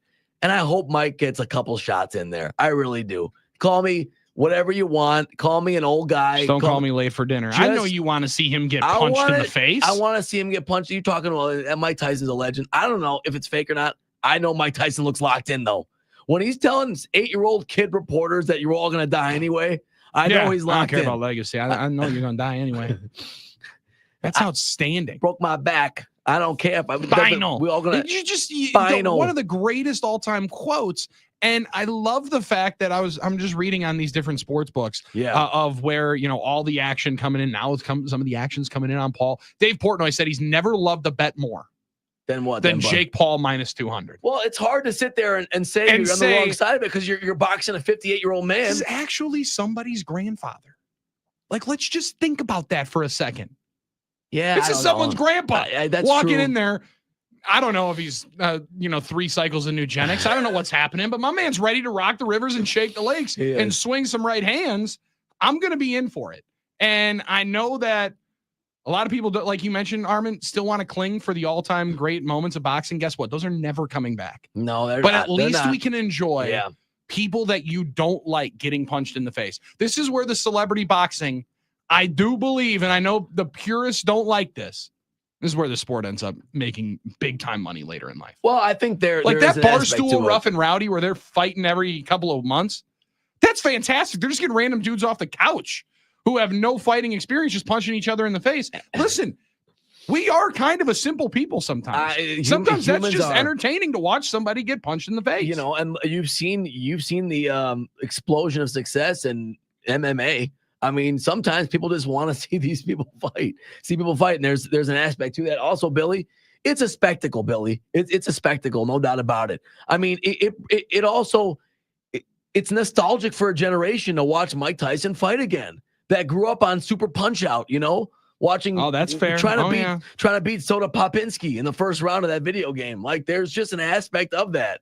And I don't know, Billy, I think that's why a lot of people do, because there's a spectacle to it. There's a novelty to it. If you've never heard of any boxer that exists now, no one can name the current heavyweight champion. Most people can't. Yeah, but they know Mike Tyson is. So no, I think he lost. A lot of people, there you go. People are excited for this. Chris, dude, I think a lot of people are excited on for this. On the nicklaylock.com talking text line. Yeah, Zeke beat Fury, I think, last time. So, what it is? I think so. Yeah. I'll be honest with you. I watched some of it and can't fully remember it because you're exactly right. Like, that day of the heavyweight champion, one of the most famous human beings on the earth. Yeah. That one's not probably coming back. But in this country, it was baseball, boxing, and horse racing. Those were the biggest. Once upon a time in this country, those were the kings of the biggest sports, Billy. Until things change, obviously. The only time that I've really gotten to see Mike Tyson in my lifetime punch someone is in The Hangover. Yeah, that's a good point. So that's where tonight's going to be fun. I think I might watch The Hangover and then the fight. Why just not? to get yourself ready. Get fired up for it. Start singing The Eye of the Tiger as you're wing. Oh, well, I can feel it coming in the air tonight. You like that one? Stu just gets absolutely knocked out. I mean, come on, it's one of the greatest moments in any movie that you've been able to see. Tremendous. It's hard to believe that movie's 15 years old, Billy. You know what I mean? I'm gonna have this rolling up on the computer because it's a big college basketball night tonight. We got a couple of good games in the state, Marquette, Maryland. Huge. Arizona, Wisconsin. Stripe out tonight. Go check out where you're at. We're gonna hear from Josh Gosser coming up. Travel issues for Trayvon Jackson. He is unable to join us. He is going to be at the Kohl Center tonight, though. So more important that he gets there for the 10-year celebration of the back-to-back Final Four teams and Bo Ryan night at the Kohl Center for the Wisconsin Badgers and the Arizona Wildcats coming up here tonight. Trayvon, just give me your flight number next time. I'll track it. I would have known. I'll track the flight. Just give me the flight number. That's all. I don't think he wants you to know where he's flying. Hey, I don't blame him. And you know what? Sometimes there's nothing you can do about it. You're up in the air. You're at the mercy of, you could be at the mercy of a couple of basketball players fighting and having you land in Montgomery, Alabama. We got to make. Do you hear the FAA call on that? It's pretty wild. It's a wild spot. That might be. Sorry, what was your? Well, no, I'm just saying when they've got the seatbelt sign on, you're supposed to keep it on. I never wear the seatbelt. Even when they come by, you got to clip it because they come by to check. They come by and check and make sure you're wearing it. Just put it under your shirt. I don't ever mess with that rule. When the seatbelt's on, you got to keep that thing locked and the seatbelt lights on. You can't go to the bathroom. That's adorable. That's adorable. No, I'm going to still go and use the little reporter's room. Sorry. I got to relieve myself here. I got to let this thing out. 877-794-1973. We need your score predictions for Packers and Bears. Roll through a couple of them. 5.5 still the number. Will that be featured in You Better You Bet? Those picks coming up 20 minutes from right now. He's Armin Sari, and I'm Billy Schmid. We'll go around the NFL because there might be some of the best games and the biggest slate that we've been able to see in the NFL coming up this week. 2 big-time matchups in the AFC that we'll run through before our investment hour in the third hour of the program with You Better You Bet. That's Armin Sari, and I'm Billy Schmid. Hang out with us. The program rolls on. Still 9 to noon on the game.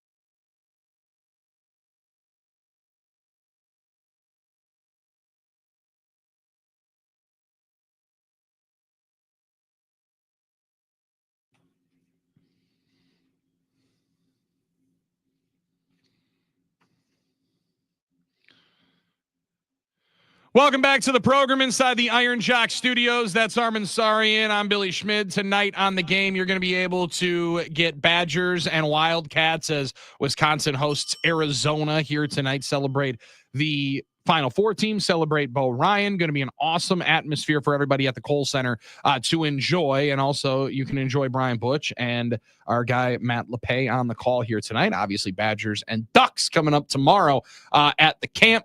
Big weekend. Not a whole lot of times you're going to get two top 10 teams rolling in here, especially from the West Coast. That's a fun time. Iron Jock Studios, here is where we broadcast from, and you can get ready to work out or pass out from Thanksgiving meals with 4-way stretch, wicking, and no-smell fabric from all their Iron Jock apparel. Now through November 24th, buy $75 or more of anything that Iron Jock sells and take 25% off your entire order with promo code GAME25. That's GAME25. Plus, Iron Jock will throw in one of their string backpacks for free, FREE free.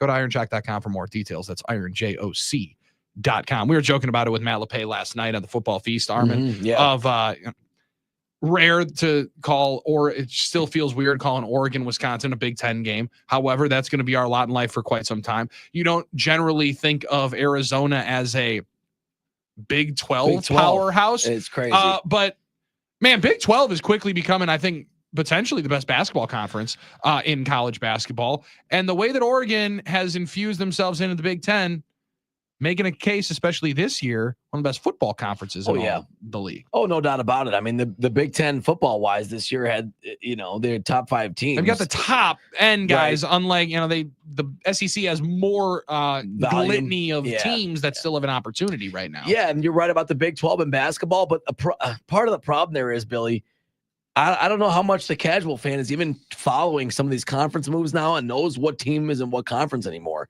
to be quite honest with you. And it's going to be hard to really settle in to an understanding of that for a lot of people. I mean, I wonder how many people on the street could tell you what conference Arizona's in right now. I know we know they're in the Big 12. I know we know what the conference shuffling it is. It does seem like kind of a mess in the time, but you're right, because of the movements, those conferences have become the best, at least for their respective sports. I mean, the Big 12. Basketball is like the only one that has taken – the Big 12 is one of the only ones that takes basketball seemingly into account almost as much, if not more, than football. Yeah. Does that make sense? I think it does. I mean, for teams that obviously have basketball and football, we're not counting the Big East, obviously, in basketball. Right. Yeah. So no doubt about it. I think they'd tell you they want to be good at both sports or both absolutely sports. Yeah, they're not, and they'd make the case that they are if you told them. That'd be the official line. But they seem to just let's grab what the best brands we can. And if they're basketball brands, so be it. That's fine. If they're football brands, at one point they might be good, so be it. I mean, you have to also think about these moves as a long-term thing. If you're these schools, not in the conferences, not just a short-term thing. And fortunes rise and fall in both sports as well for teams, depending on, coaches and things and how things go, So. Well, and it was funny. I was talking about it and definitely showed my age to the panel last night of Drew, KB, LePay. Heller was on with us a little bit before, or was there with us as well. Like Oregon, to me, for the majority of my life, has been the premier out West football brand. Right. And they're kind of laughing like, okay, I don't know if this guy ever remembers USC, but that was like 20 years ago that the Pete Carroll run at USC was. And that was one of the most electrifying runs that I've watched in football. No doubt about it.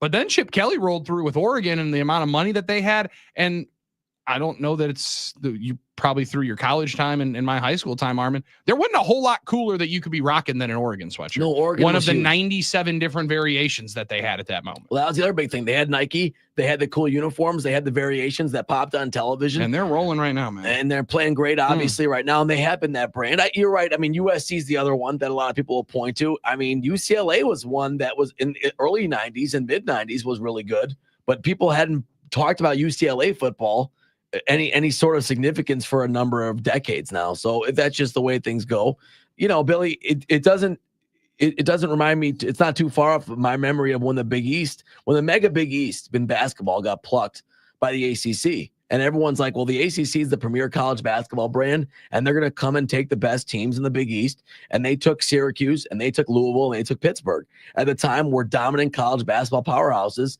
and part of that Big East brand. And the ACC thing, they're thinking we got the best brands. We've got the best of what the Big East had to offer. And those programs have all taken huge nosedives ever since. You just don't know what's going to happen. And we just got off with Matt talking about Syracuse. They were as solid of a basketball brand as there was and they've been struggling as well. So those fortunes can rise and fall quickly.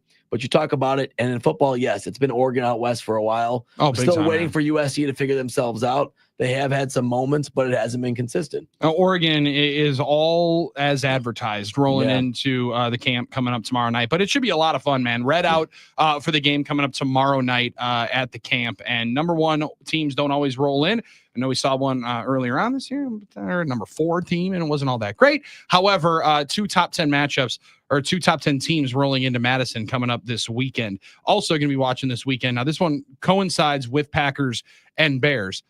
But when Wayne Larrivee joined us in the first hour of the program, Armin, and we talked about this being the most played rivalry for the Green Bay Packers, one of the oldest rivalries in pro football and any sport with Packers and Bears.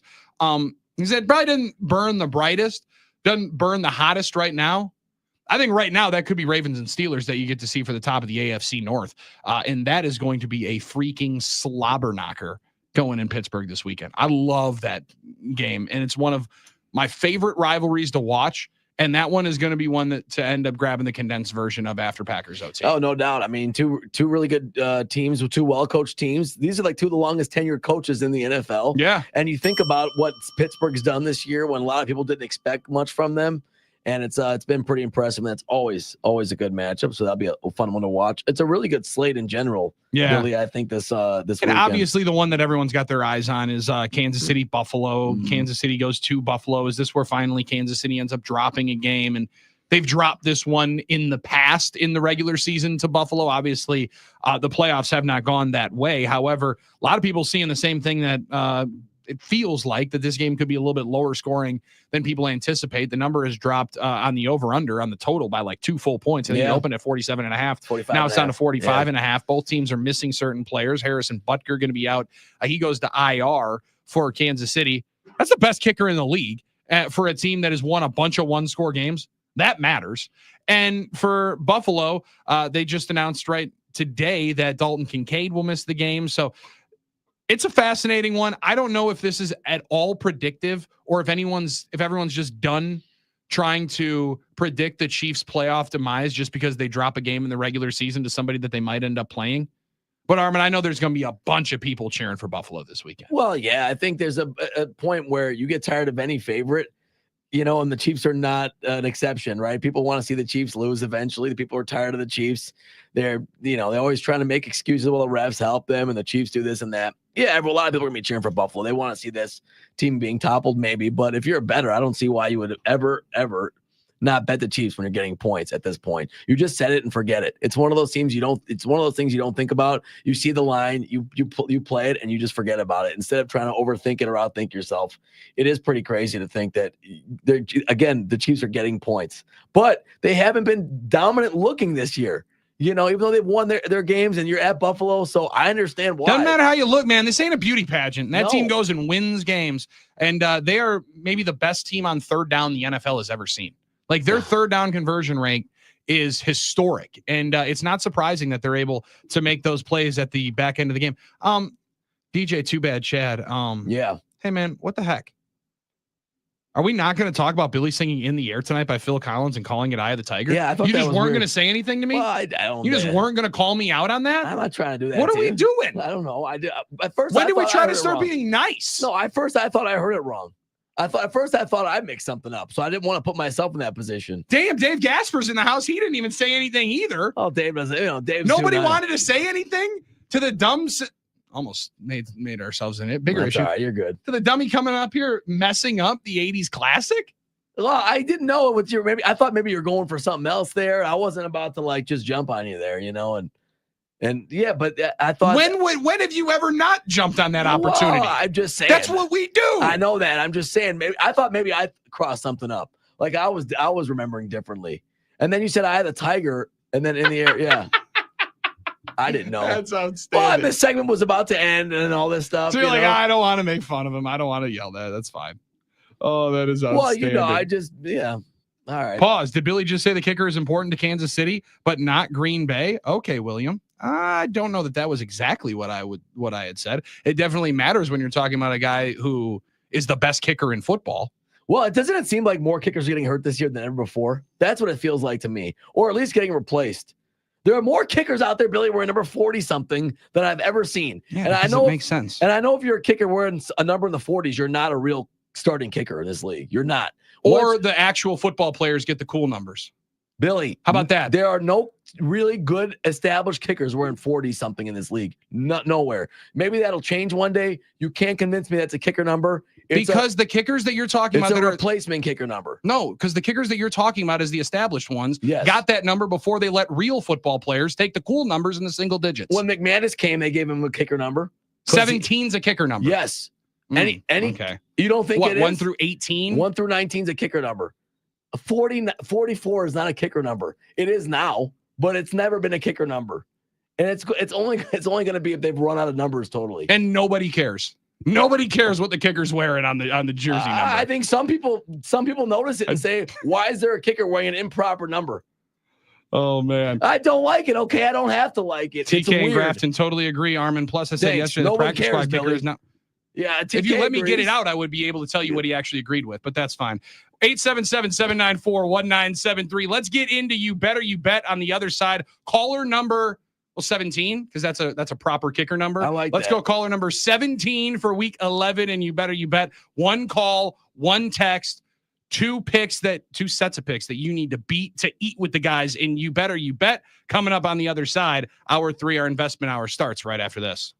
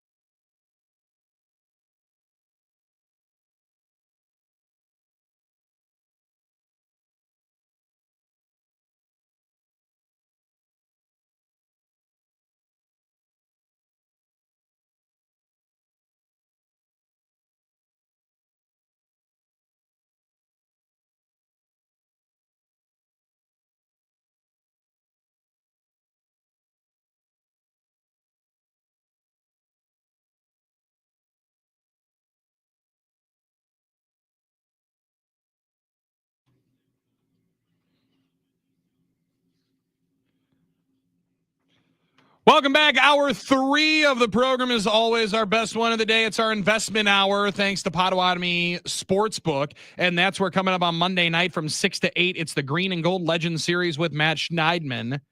The Green and Gold Legend Series returns with Packers great Eddie Lacy at 7 p.m. Sign up to win free prizes. Stay and watch the Texans and Cowboys Monday Night Football on their over 2,000 square foot video wall. Special thanks to Mayfield Sports. Meet Eddie Lacy Monday, November 18th at Potawatomi Sportsbook. Bet above the rest. And that's what we try to do here in You Better You Bet when we try to bet and get some dubs. And Armin, a lot of winners could be had this week. There were a lot of losers potentially last week. There was nobody into the playoffs. We're going to see how we can do coming up this week. But when you see the score predictions that are already rolling in, 877-794-1973, I do like talking Bears Packers about some folks that have a little bit of trepidation because there haven't been a whole lot.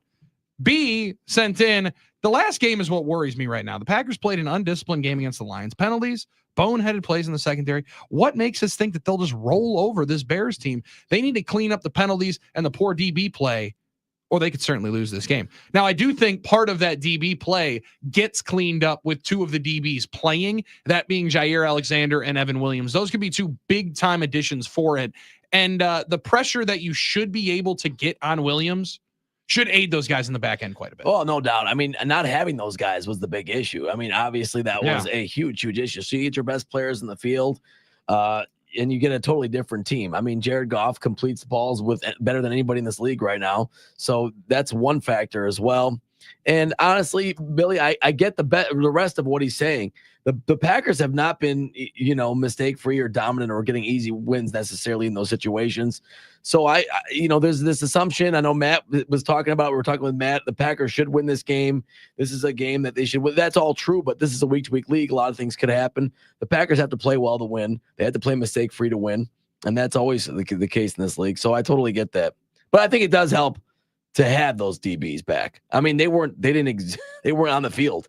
That's a huge miss. I mean, to not have two of the biggest parts of your defense, and it's crazy to say Evan Williams is one of the biggest parts of your defense, rookie 4th-round pick. However, what he allows everybody else to do in the comfortability of Javon Bullard dropping into more of the nickel and potentially putting Keyshawn Nixon back out on the outside with Jair on the outside on one side, it cleans up a lot of issues that you had with both of those guys being reinserted. And it was hard to say. We talked about it a lot going into that Lions game, that almost Evan Williams felt more important because of all the moving parts that happened once he was on the bench. Coach G's 27-13 Packers said, I think the bye will be self-correction, just too much for the Bears to handle.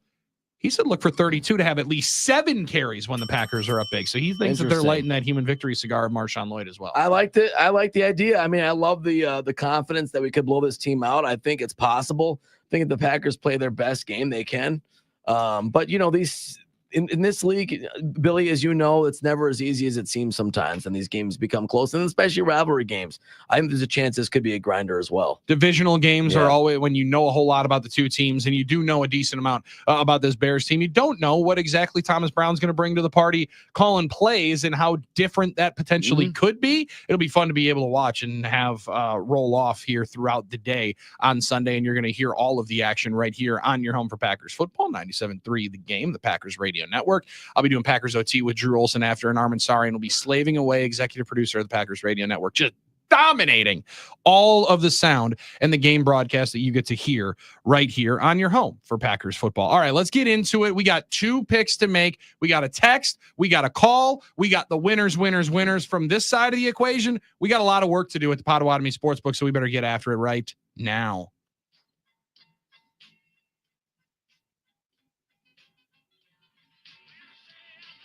You say you better, you better, you better, you bet.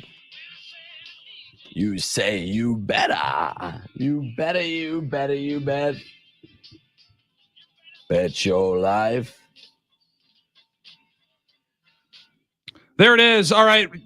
You Better You Bet is a massive part of our program. It's always our favorite part of a Friday, a football Friday. And we got text submissions. We got call submissions because we didn't get any in the beginning of the week. So we needed to roll through this. We needed to get something going. And we got Justin, the Uber driver, on the text line right here for his selections. I mean, I always end up driving when it comes up to call. So I'm going to try to get my picks in this way. And Justin, It's your lucky day, brother. it is your lucky day. You are in. And Armin, he is starting it out with the biggest wood of the weekend, laying 14 with the Detroit Lions.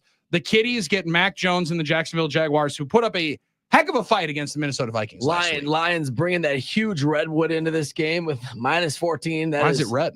Well, those are the big trees. Oh, Yeah, okay. redwood. You ever see those in okay. California? I didn't know like an oak tree and a maple tree. And Well, those are not big, good enough. No, oaks and maples. I didn't know if you knew more about the lion wood than other people did. I was sorry. I was unfamiliar with your game on that. Well, I've got that Seek app on your phone. That's Pause? the app. Yeah, it's called Seek, where if you're a naturalist, you can take a walk and you can take pictures of like plants and stuff, and they can tell you what it is. Oh, okay. Yeah.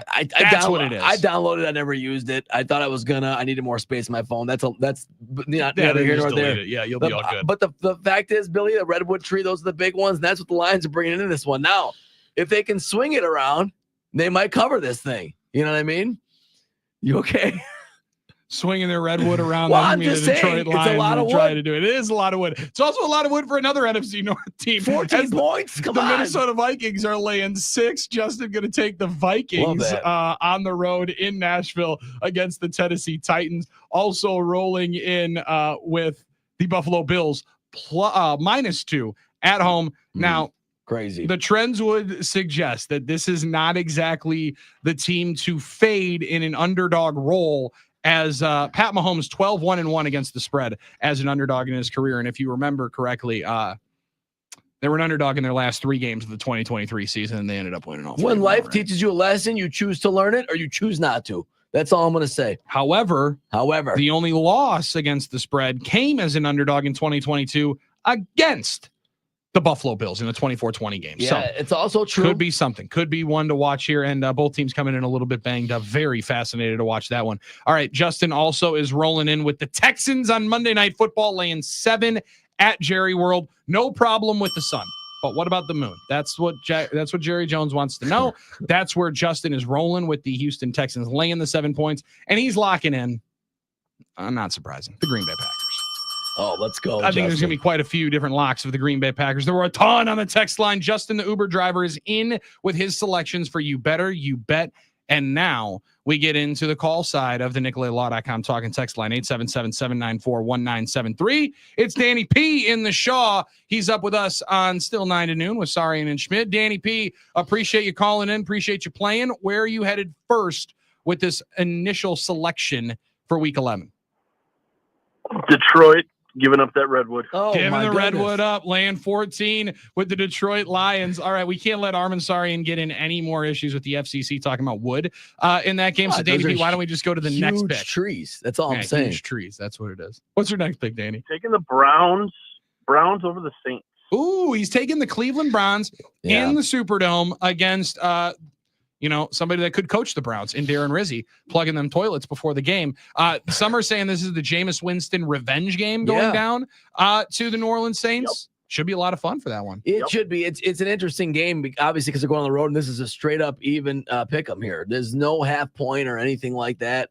Right now, it's 0 -110 at Potawatomi Sportsbook. So this is the rare chance Rare. if we get the first tie of the 2024 season. It's a push then, It's right? going to be a push for Yeah. Danny P. Yeah. I like that deal, Danny P. I don't even.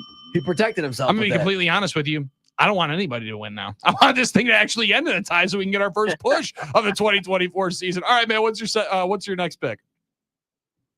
Another close game. I'm going with the Ravens over the Steelers. All right, Danny P going with the Ravens over the Steelers. They lay 3.5 in this game on the road. Fascinating one, Armin. Maybe potentially more coming up on this game, but hard to go against that Baltimore Ravens squad. I love it too, Billy, and we'll talk about that. But it isn't a fascinating one. It's a fascinating line at -3.5. That hook is a little scary, but it's -103 right now at Potawatomi Sportsbook. Now, if you want to buy the half point, you can get it at 120, which is not exactly even money, but you always get those great deals on those great lines at Potawatomi Sportsbook. So that's one of the other reasons I kind of like this too. I mean, it's going a little in depth. I know we don't buy half points line here. shop Yeah. and do all that stuff, but it's -3.5 at -103. Very interesting, Billy. This is an interesting line. More on that. Armin always wants to buy that half point. We can't allow you to do that, Danny P, but we can allow you to throw in your fourth selection. What do you got? I was torn on this one.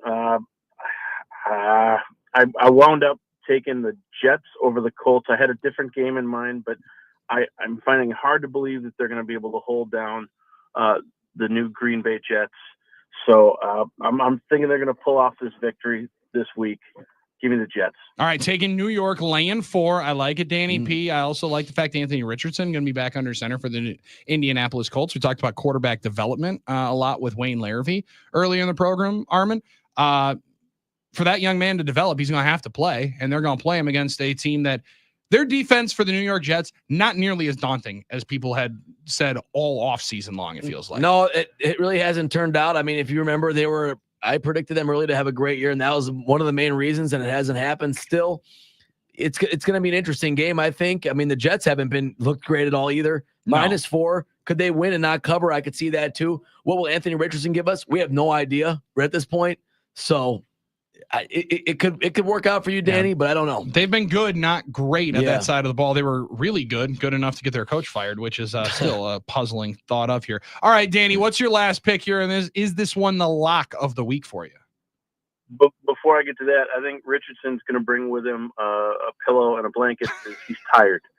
So we'll see how that goes. Well, yeah, you don't get extra if he taps out of some game. You don't get the. Danny, anybody do that? Anybody do that in class? Just say, hey, Mr. P, I got to take a nap. I apologize. Not in my world. Never. You're lucky you didn't have me as a student. I may have had to. All right, what's your last just one? Do it. You wouldn't tell him. Just start sleeping. That's true. Don't tap it. Last pick. Lock of the week. We're taking the Packers. Locking in the Green Bay Packers. That's back-to-back locks for the Green Bay Packers. Danny, we appreciate it, man. Tune in next week on Tuesday. See how you do. See if you're into these playoffs. And stay tuned right now because we're going to give you those picks that you need to beat to eat with the guys and you better bet. All right? Y'all have a great day. Thanks for playing, man. That's Danny P. in the Shaw hanging out with us here on Still 9 to Noon with Armin Sarian and Billy Schmid and you on the NicoletLaw.com talk and text line. Armin, that's some seriousness right there. As Travis in Waukesha said, Armin swinging his big red wood around the studio is not appropriate. But it sounds like you big trees. Liked. That's all I'm saying. You really liked that redwood. So what are you dropping on here, laying on the table for your 5 picks? Well, I don't like taking any team -14. It's scary in this league, so I just avoided that one. All right, okay. I'm driving right around that tree. I'm not doing it. I mean, it's too hard to cover that line. So. Not since 95, the Lions have had a line that big, which they did cover back in 95, by the way. And who did they play? It was the Jaguars, 44-0. Yeah, no. All right. These are two different outfits. Now, let's get us those plays. Packers -5.5. I like this line. I believe in the Packers this week. I think we're going to win by at least a touchdown here. Not my lock, though. Vikings -6. I like that one as well. I don't like to bet the Vikings, but I'm going to bet them here. I just don't think Tennessee's that good. You don't like betting the Vikings, but I'm pretty sure this is now the second consecutive week that you've picked the Vikings. Well, it is kind of an emotional hedge. I'll admit that. There's nothing wrong with that. It's a betting strategy. There's nothing wrong with that. But they're 6 points better for sure than the Titans. I would think so too. Yeah, I would think so too. And you know how I feel about the Chiefs. Now, I told you can learn your lesson or you cannot. But if you're offered the Chiefs as an underdog, you bet them. You don't think anymore. It doesn't mean it's 100% lock. It just means more often than not, you're going to win. That's a good play in my book. So I've got them. And then my 4th pick, I have Texans -7. The Cowboys are a mess right now, even in Jerry World. Brutal. This could be a push. I could see it going 7 maybe, but I like the Texans -7. Right now, the Cowboys are a mess. And Billy, my lock of the week, I'm taking the Ravens -3.5. I'd rather have it at 3. I'd rather have it at 3. But if I could get -3.5 Ravens, I love what the Steelers have done this year, Billy. I just think this Ravens team is going to come out and play really well. I love this. All right. I rarely start with the lock, but since you walked me right into it, I'm locking in the Pittsburgh Steelers. Let's go. +3.5. Yes. You give me 3.5 in just about any game in football, and I'm going to salivate, especially when it's two teams that both have 7 wins. True. So much on the line. I'm getting the 3.5 points with the home team. Yeah. And that home team has TJ Watt. So I'm going to go with the Steelers. I think this is going to be a field goal game either way. I think this is going to be one of the best games potentially of the NFL season. Now watch this be a 35-10 laugher as I make that statement right here. But both of these two teams are rolling right now. If anybody could slow down Derrick Henry and Lamar Jackson a little bit, I think it could be that Pittsburgh Steelers defense. And the real wild card in here is something that I didn't anticipate. How well Russell Wilson is playing. The way Russell Wilson has been playing got me rolling with the Steelers, and I'm locking in Pittsburgh at home in the division for a first place hold of the AFC North. Give me Pittsburgh catching 3.5. I am going to take the Packers laying the 5.5 as well. I don't think that there's much more to be said about how this game should go. It should be run, pass over the top, be able to hit a couple of deep shots. Most importantly, you should be able to limit what the Bears do offensively. They have so many problems going on right now. Early is the worry here, right? Yeah. Early shot play. Oh yeah. Early rhythm for Thomas Brown trying to get Caleb Williams into a groove early on. I wouldn't be surprised if the Bears win the toss if they would take the ball. They would go Packers style start, on it, try to get a start, get ahead, and get some vibes rolling because they were no good vibes last weekend in Soldier Field when my boy Drake May went in and beat the brakes off them 16-3. They looked terrible last week. Terrible. Now, how about that boy Drake May? Give me the Patriots plus 4.5. When's the clock going to strike midnight though for him? Come on. I don't know. I'm with it though. Come and the on. LA Rams making one of the furthest flights you can make in pro football. I know that is going a long one. to New England. Drake May at home. You just don't bet against that guy. Plus 4.5. Give me the fighting New England Patriots and the fighting Drake Mays. Gerard Mayo called this team soft. You know what they did ever since there? Respond like nobody's business. Go to overtime with the Tennessee Titans, sure, but they beat New York. They beat the Bears 19-3, and now they potentially go and beat the LA Rams. I'll be honest with you, Billy. I'll give you end their season really quick. I did like this game too because of that flight, but I couldn't find the correct flight on FlightAware to see what kind of plane they were taking. Because if they're taking an Airbus, that would have mattered. If they're taking an Airbus 321 Neo, it's a much more comfortable flight. It's a much more comfortable flight. They handle the altitude. Then I would have been more confident, but I'm not. I don't know, man. I know you love Drake May, and I'm not here to squash the man crush. I just don't know when the clock's going to strike midnight. Maybe it doesn't. Patriots. Maybe he's just good. Maybe he is. Maybe he's not. Maybe he's good. I mean, we've not put this into the thought process. He might just be good. I have no problem with that. Like, if that's the case, I'm cool with it. I'm not like hating on him. I'm not wishing him up. It's not the Vikings, right? I'm not cheering against him. Yeah, I also think the Rams might be one of the more fraud overrated groups teams around. Yeah. They win a huge game against the Vikings. Everybody instantly is like, oh my God, they can beat the Vikings. They can beat the undefeated Vikings. Mm-hmm. Well, sure. It was also on a short week, and they got away with a massive penalty right in the tail end of the game. Now, I'm not saying that the Vikings were going to go down, score a touchdown, get the 2-point conversion, and win the game in overtime. I'm glad you said that. It was like a 5 to 10% chance. Because a lot of people keep talking. Well, you just see the way that they've won a couple of these games and changed the complexion of their season. I'm gonna roll with New England. I'm also gonna roll with the Detroit Lions, laying all that redwood that Armin talked about. Minus 14. You want to talk about the gig's finally up? Sorry, Mac Jones had his chance. They had their chance to go and get the win with the backup quarterback bump. That was last week at home in some rain, in some slop against the Vikings. Now you're at Ford Field in the Thunderdome in the Motor City. Yeah, give me the Detroit Lions big. I potentially would lay 24 in this game. Was there a bigger spread this year in the league than this one? I don't remember one. I think there might have been a 15-point earlier in the year, but I do not know. You cannot quote me on that at this moment. And then finally, I'll take the Houston Texans laying the 7. I'm with you on that one. Yeah. In Jerry World, Cowboys are a dumpster fire. And with what Micah Parsons ended up saying, we got a couple of seconds here for this. We do. Micah Parsons talking about Mike McCarthy. That was out of line. Now, I know that I'm a Mike McCarthy defender. But there is at some point some respect that you have to have for the head coach. Now, I totally get the point of what he's trying to make in speaking better and glowingly about the veteran players on their team with like Zach Martin's first-time All-Pros or first ballot Hall of Fame guys for Martin. When you're saying Mike can go coach wherever he wants, go and get up out of here. This guy's worked way harder than him in his entire football career.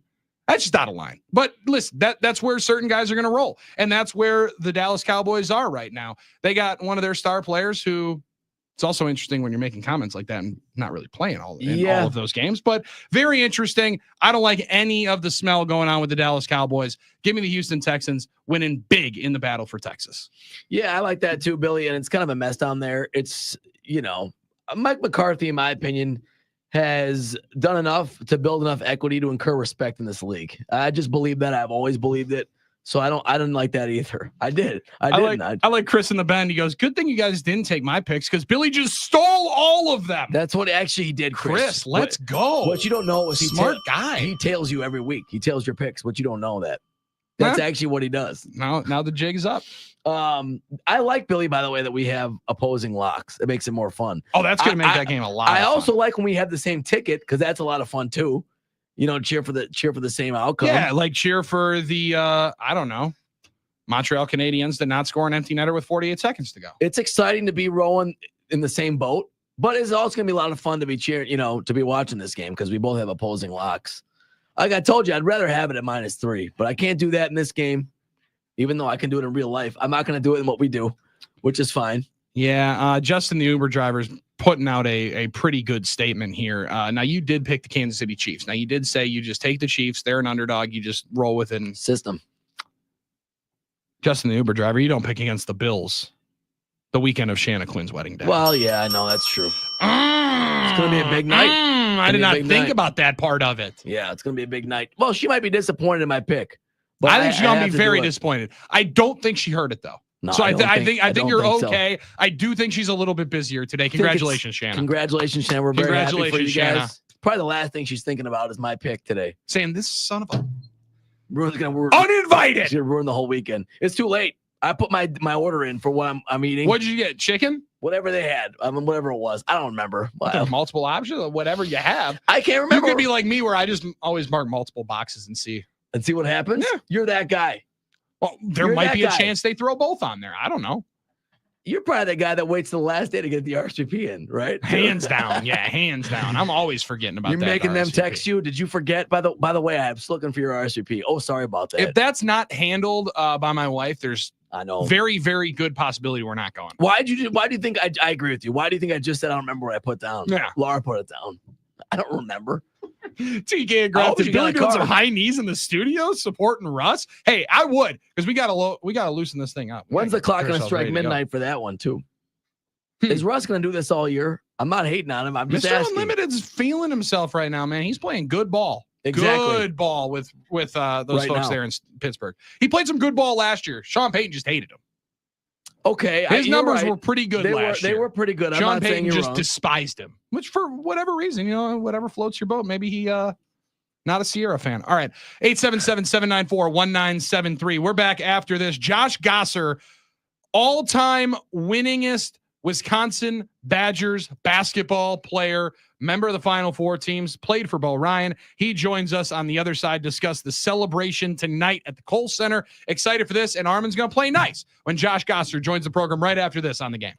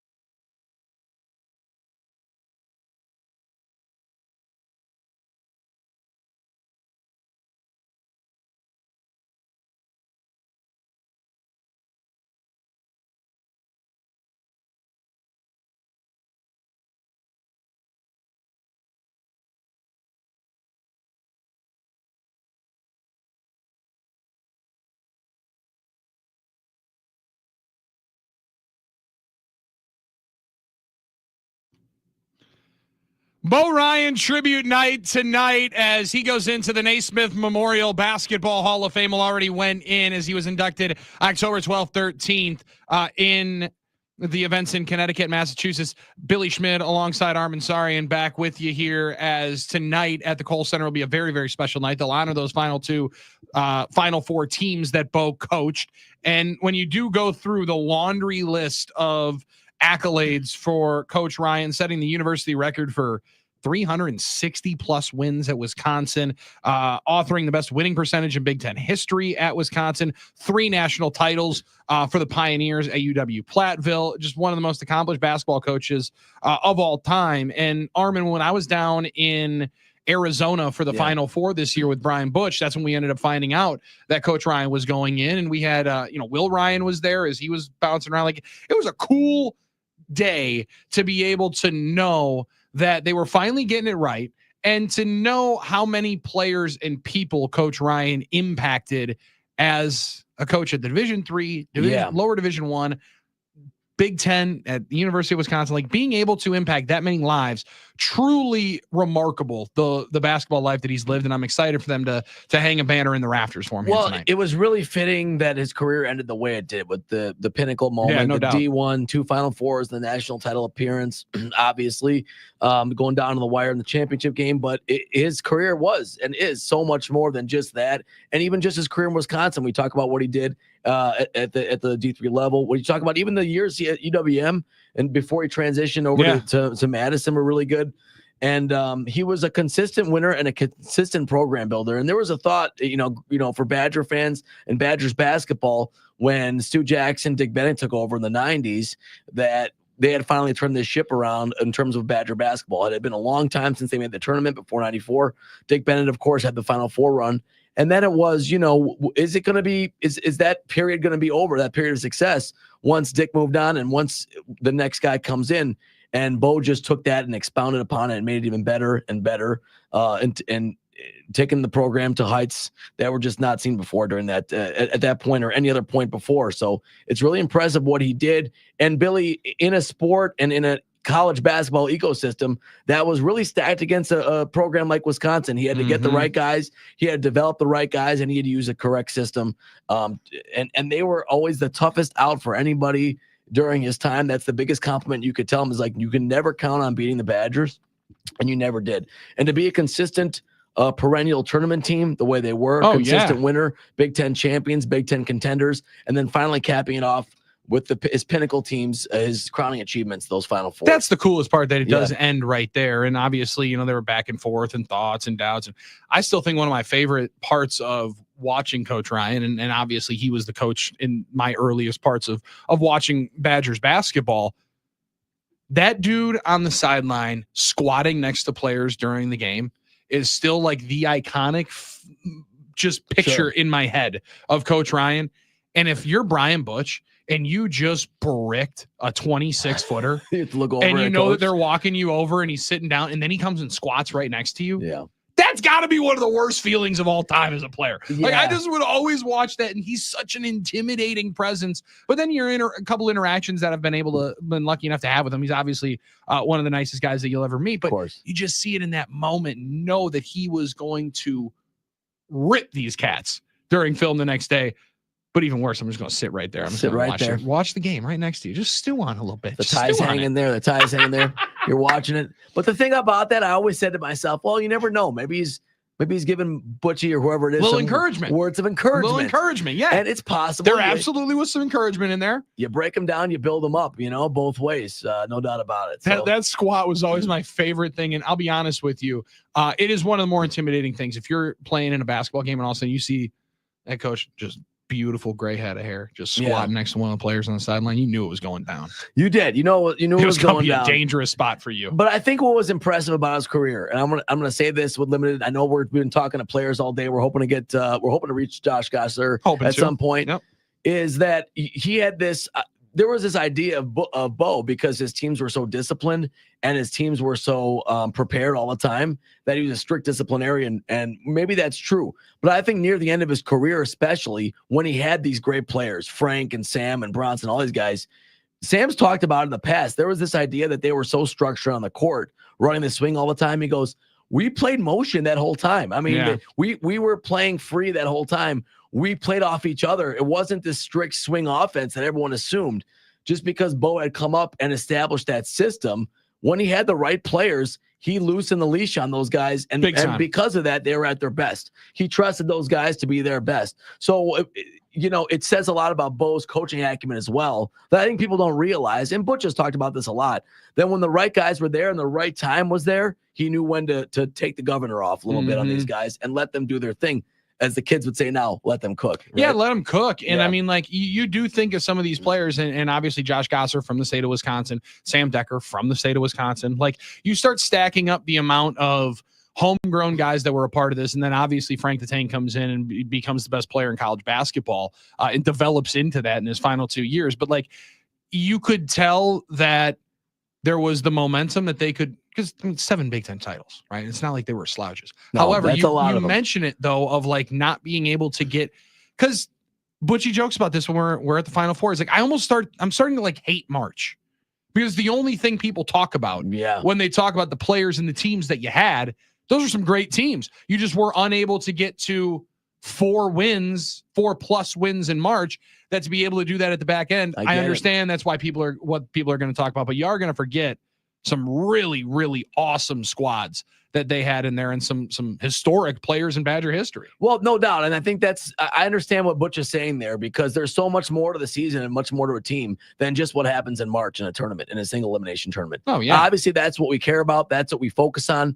That's what we celebrate. It's ultimately what makes a bunch of money. Right. Yep. Obviously, and it's what creates legacies. Yep. And it's what decides our champions.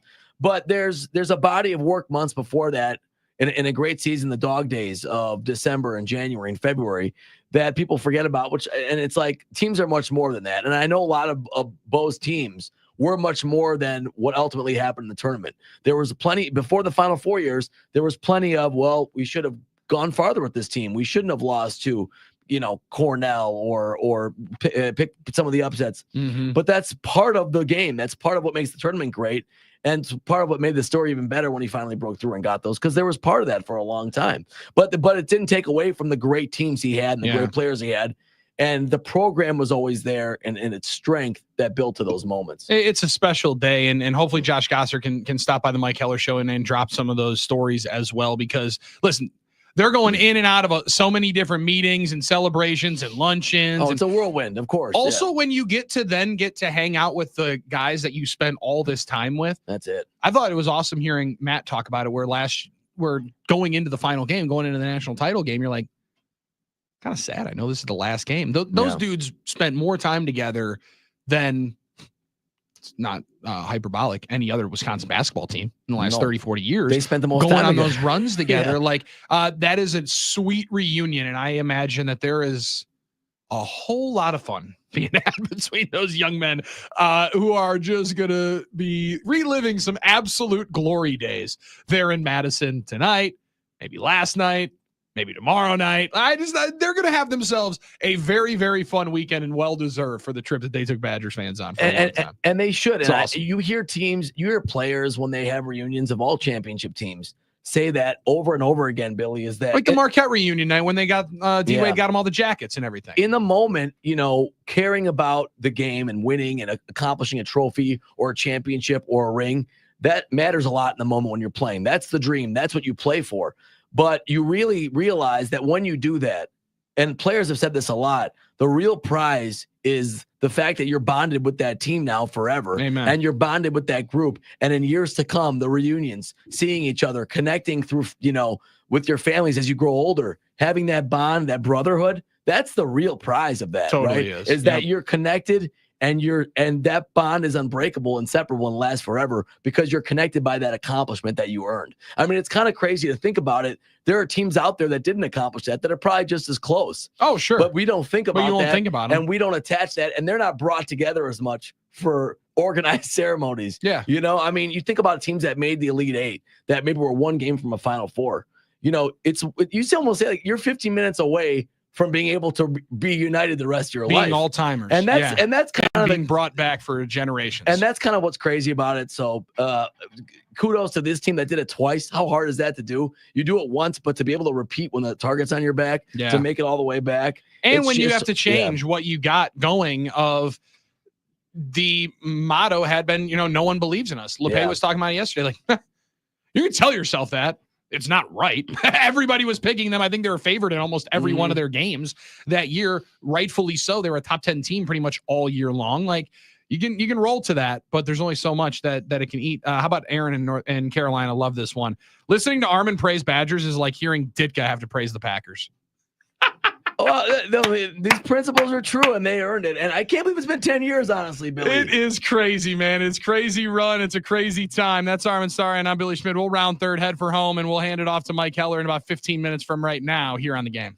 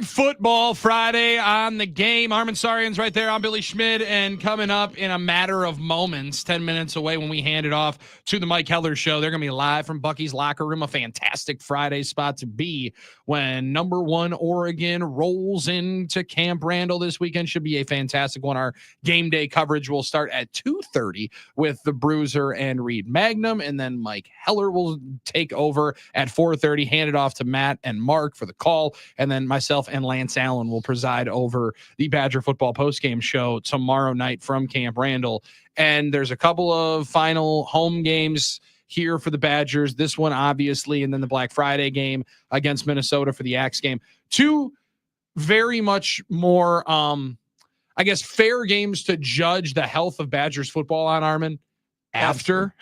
After Oregon leaves, because Oregon, dude, is as advertised. Like you watch them play, and they are a wagon. They're a wagon. And they have gotten better and better and better every single week. Well, that's a dangerous thing. If this was the Oregon Trail, I mean, they'd have 10 oxen, they'd have all the For food. sure. They'd have that big wagon going to They Oregon. would be rolling across the country. No doubt about it. They would win that game. And instead, they're just going the different way. Absolutely. They're coming this way. Right? And they really have been good at rolling on the Oregon Trail because, as Matt LePay talked to us about last night on the Football Feast, they're like the only team that the time zones have not mattered to. That's right. Everybody else has struggled. Who was the team I just saw that was 6-0, 0-6? I'm blanking now. Is it Washington? Washington. Yeah, but they've struggled. But Oregon is that good, so it's a pretty impressive what they they've went done. And beat the brakes off the Boilermakers. Now, granted, it's Purdue, but It's I Purdue, think it was 45-0 on a Friday night. Like, I mean, they've housed teams, and that's what they've kind of done. I'm very, very excited to witness it and see Dan Lanning right now as one of the more premier coaches in college football. So a big weekend there, and obviously a huge weekend in Chicago. Soldier Field, the site. 209th meeting of the Green Bay Packers and the Chicago Bears. We've teased it long enough. We've talked enough about it. How's this game playing out in Armin Sarian's world? I think it can start to be a grinder early on, Billy. I can see it going that way. I can see it being close for a while, but the Packers will pull away late, I think, and win this by double digits. I have 27-17 Packers. Ooh, I said 27-13 Packers on the Football Feast last night. Yeah. Hunter Baumgart. Let's go. 26-13 Packers last night in the Football Feast. The great Hunter, going off the page a little bit. I like very that. much sitting right there in that potential 2-score advantage. And if indeed the Packers are able to run the ball like I think they could, and I think they will want to more into the second half of the season, could be a little shorter game. I'll be honest with you. Like, I mean, I think both of these teams are going to try to run because that is where the Packers can be obviously susceptible on the defensive side. And don't think that Thomas Brown isn't going to try and make it easier right out of the gates on Caleb Williams. That's the one thing I am curious to see. That's the X factor on how he's going to call this, or what difference. Was he going to try and run the ball and do some ball control? Is he going to think, hey, let's shorten this thing? Or is he like, you know what, forget it. I'm going to cook. I'm in the kitchen now. Let's dial up some crazy stuff. Let's dial up some long ones. I would like to see how much both teams are going to try and hit those jackpot plays, Billy, or just try and control the ball time and score with the running per game. next gen stats. Overall passing efficiency in the NFL for the Packers, they're ranked 13 in the NFL. The Bears defense, number 1 against the pass, overall passing efficiency. Bears offense, 28th in football. Yeah. Packers, 8th. So I like those spreads. Very, very difficult it would seem to make a lot of hay through the air. Yeah, which means I'm sure that both quarterbacks will throw for 10 touchdowns. Yeah. It's going to be 65-61. And over will hit in probably the second quarter, and we'll still be, hopefully, coming in here, lighting up a victory cigar and having some victory chicken on Monday. It's been a while since it has been too long since we've had a victory chicken Monday. Let's get some chicken, Billy. And after the last couple of weeks, we need a victory chicken Monday. So let's go after it. Let's go get it. How about a double order? What about a triple order? Double order. Why not us? I'll do fried and baked. Oh, we can do grill. I don't care. Getting baked? Baked chicken. I'm talking about. Okay. Got you. Yeah, for sure. That was what we're talking about. Baked chicken. Yeah, that's what we're getting. Absolutely. You got one more thing, Armin? Yeah. I have one more thing. It's one more thing. Yeah. It's brought to you got one more thing for us here right before we hand it off to Mike Heller. One more thing. We're talking to Josh Gosser next. Hey, let's go. Let's go, Josh Gosser going to join us coming up while we hand it off to the Mike Heller Show in a matter of moments from Bucky's Locker Room. That's where the Bruiser and Heller come from. We are in the Iron Jock Studios. That's Armin Sarian. I'm Billy Schmidt. It has been still 9 to noon. We'll have something for you coming up next week, hopefully on a Victory Chicken Monday. Mike Heller is next on the game.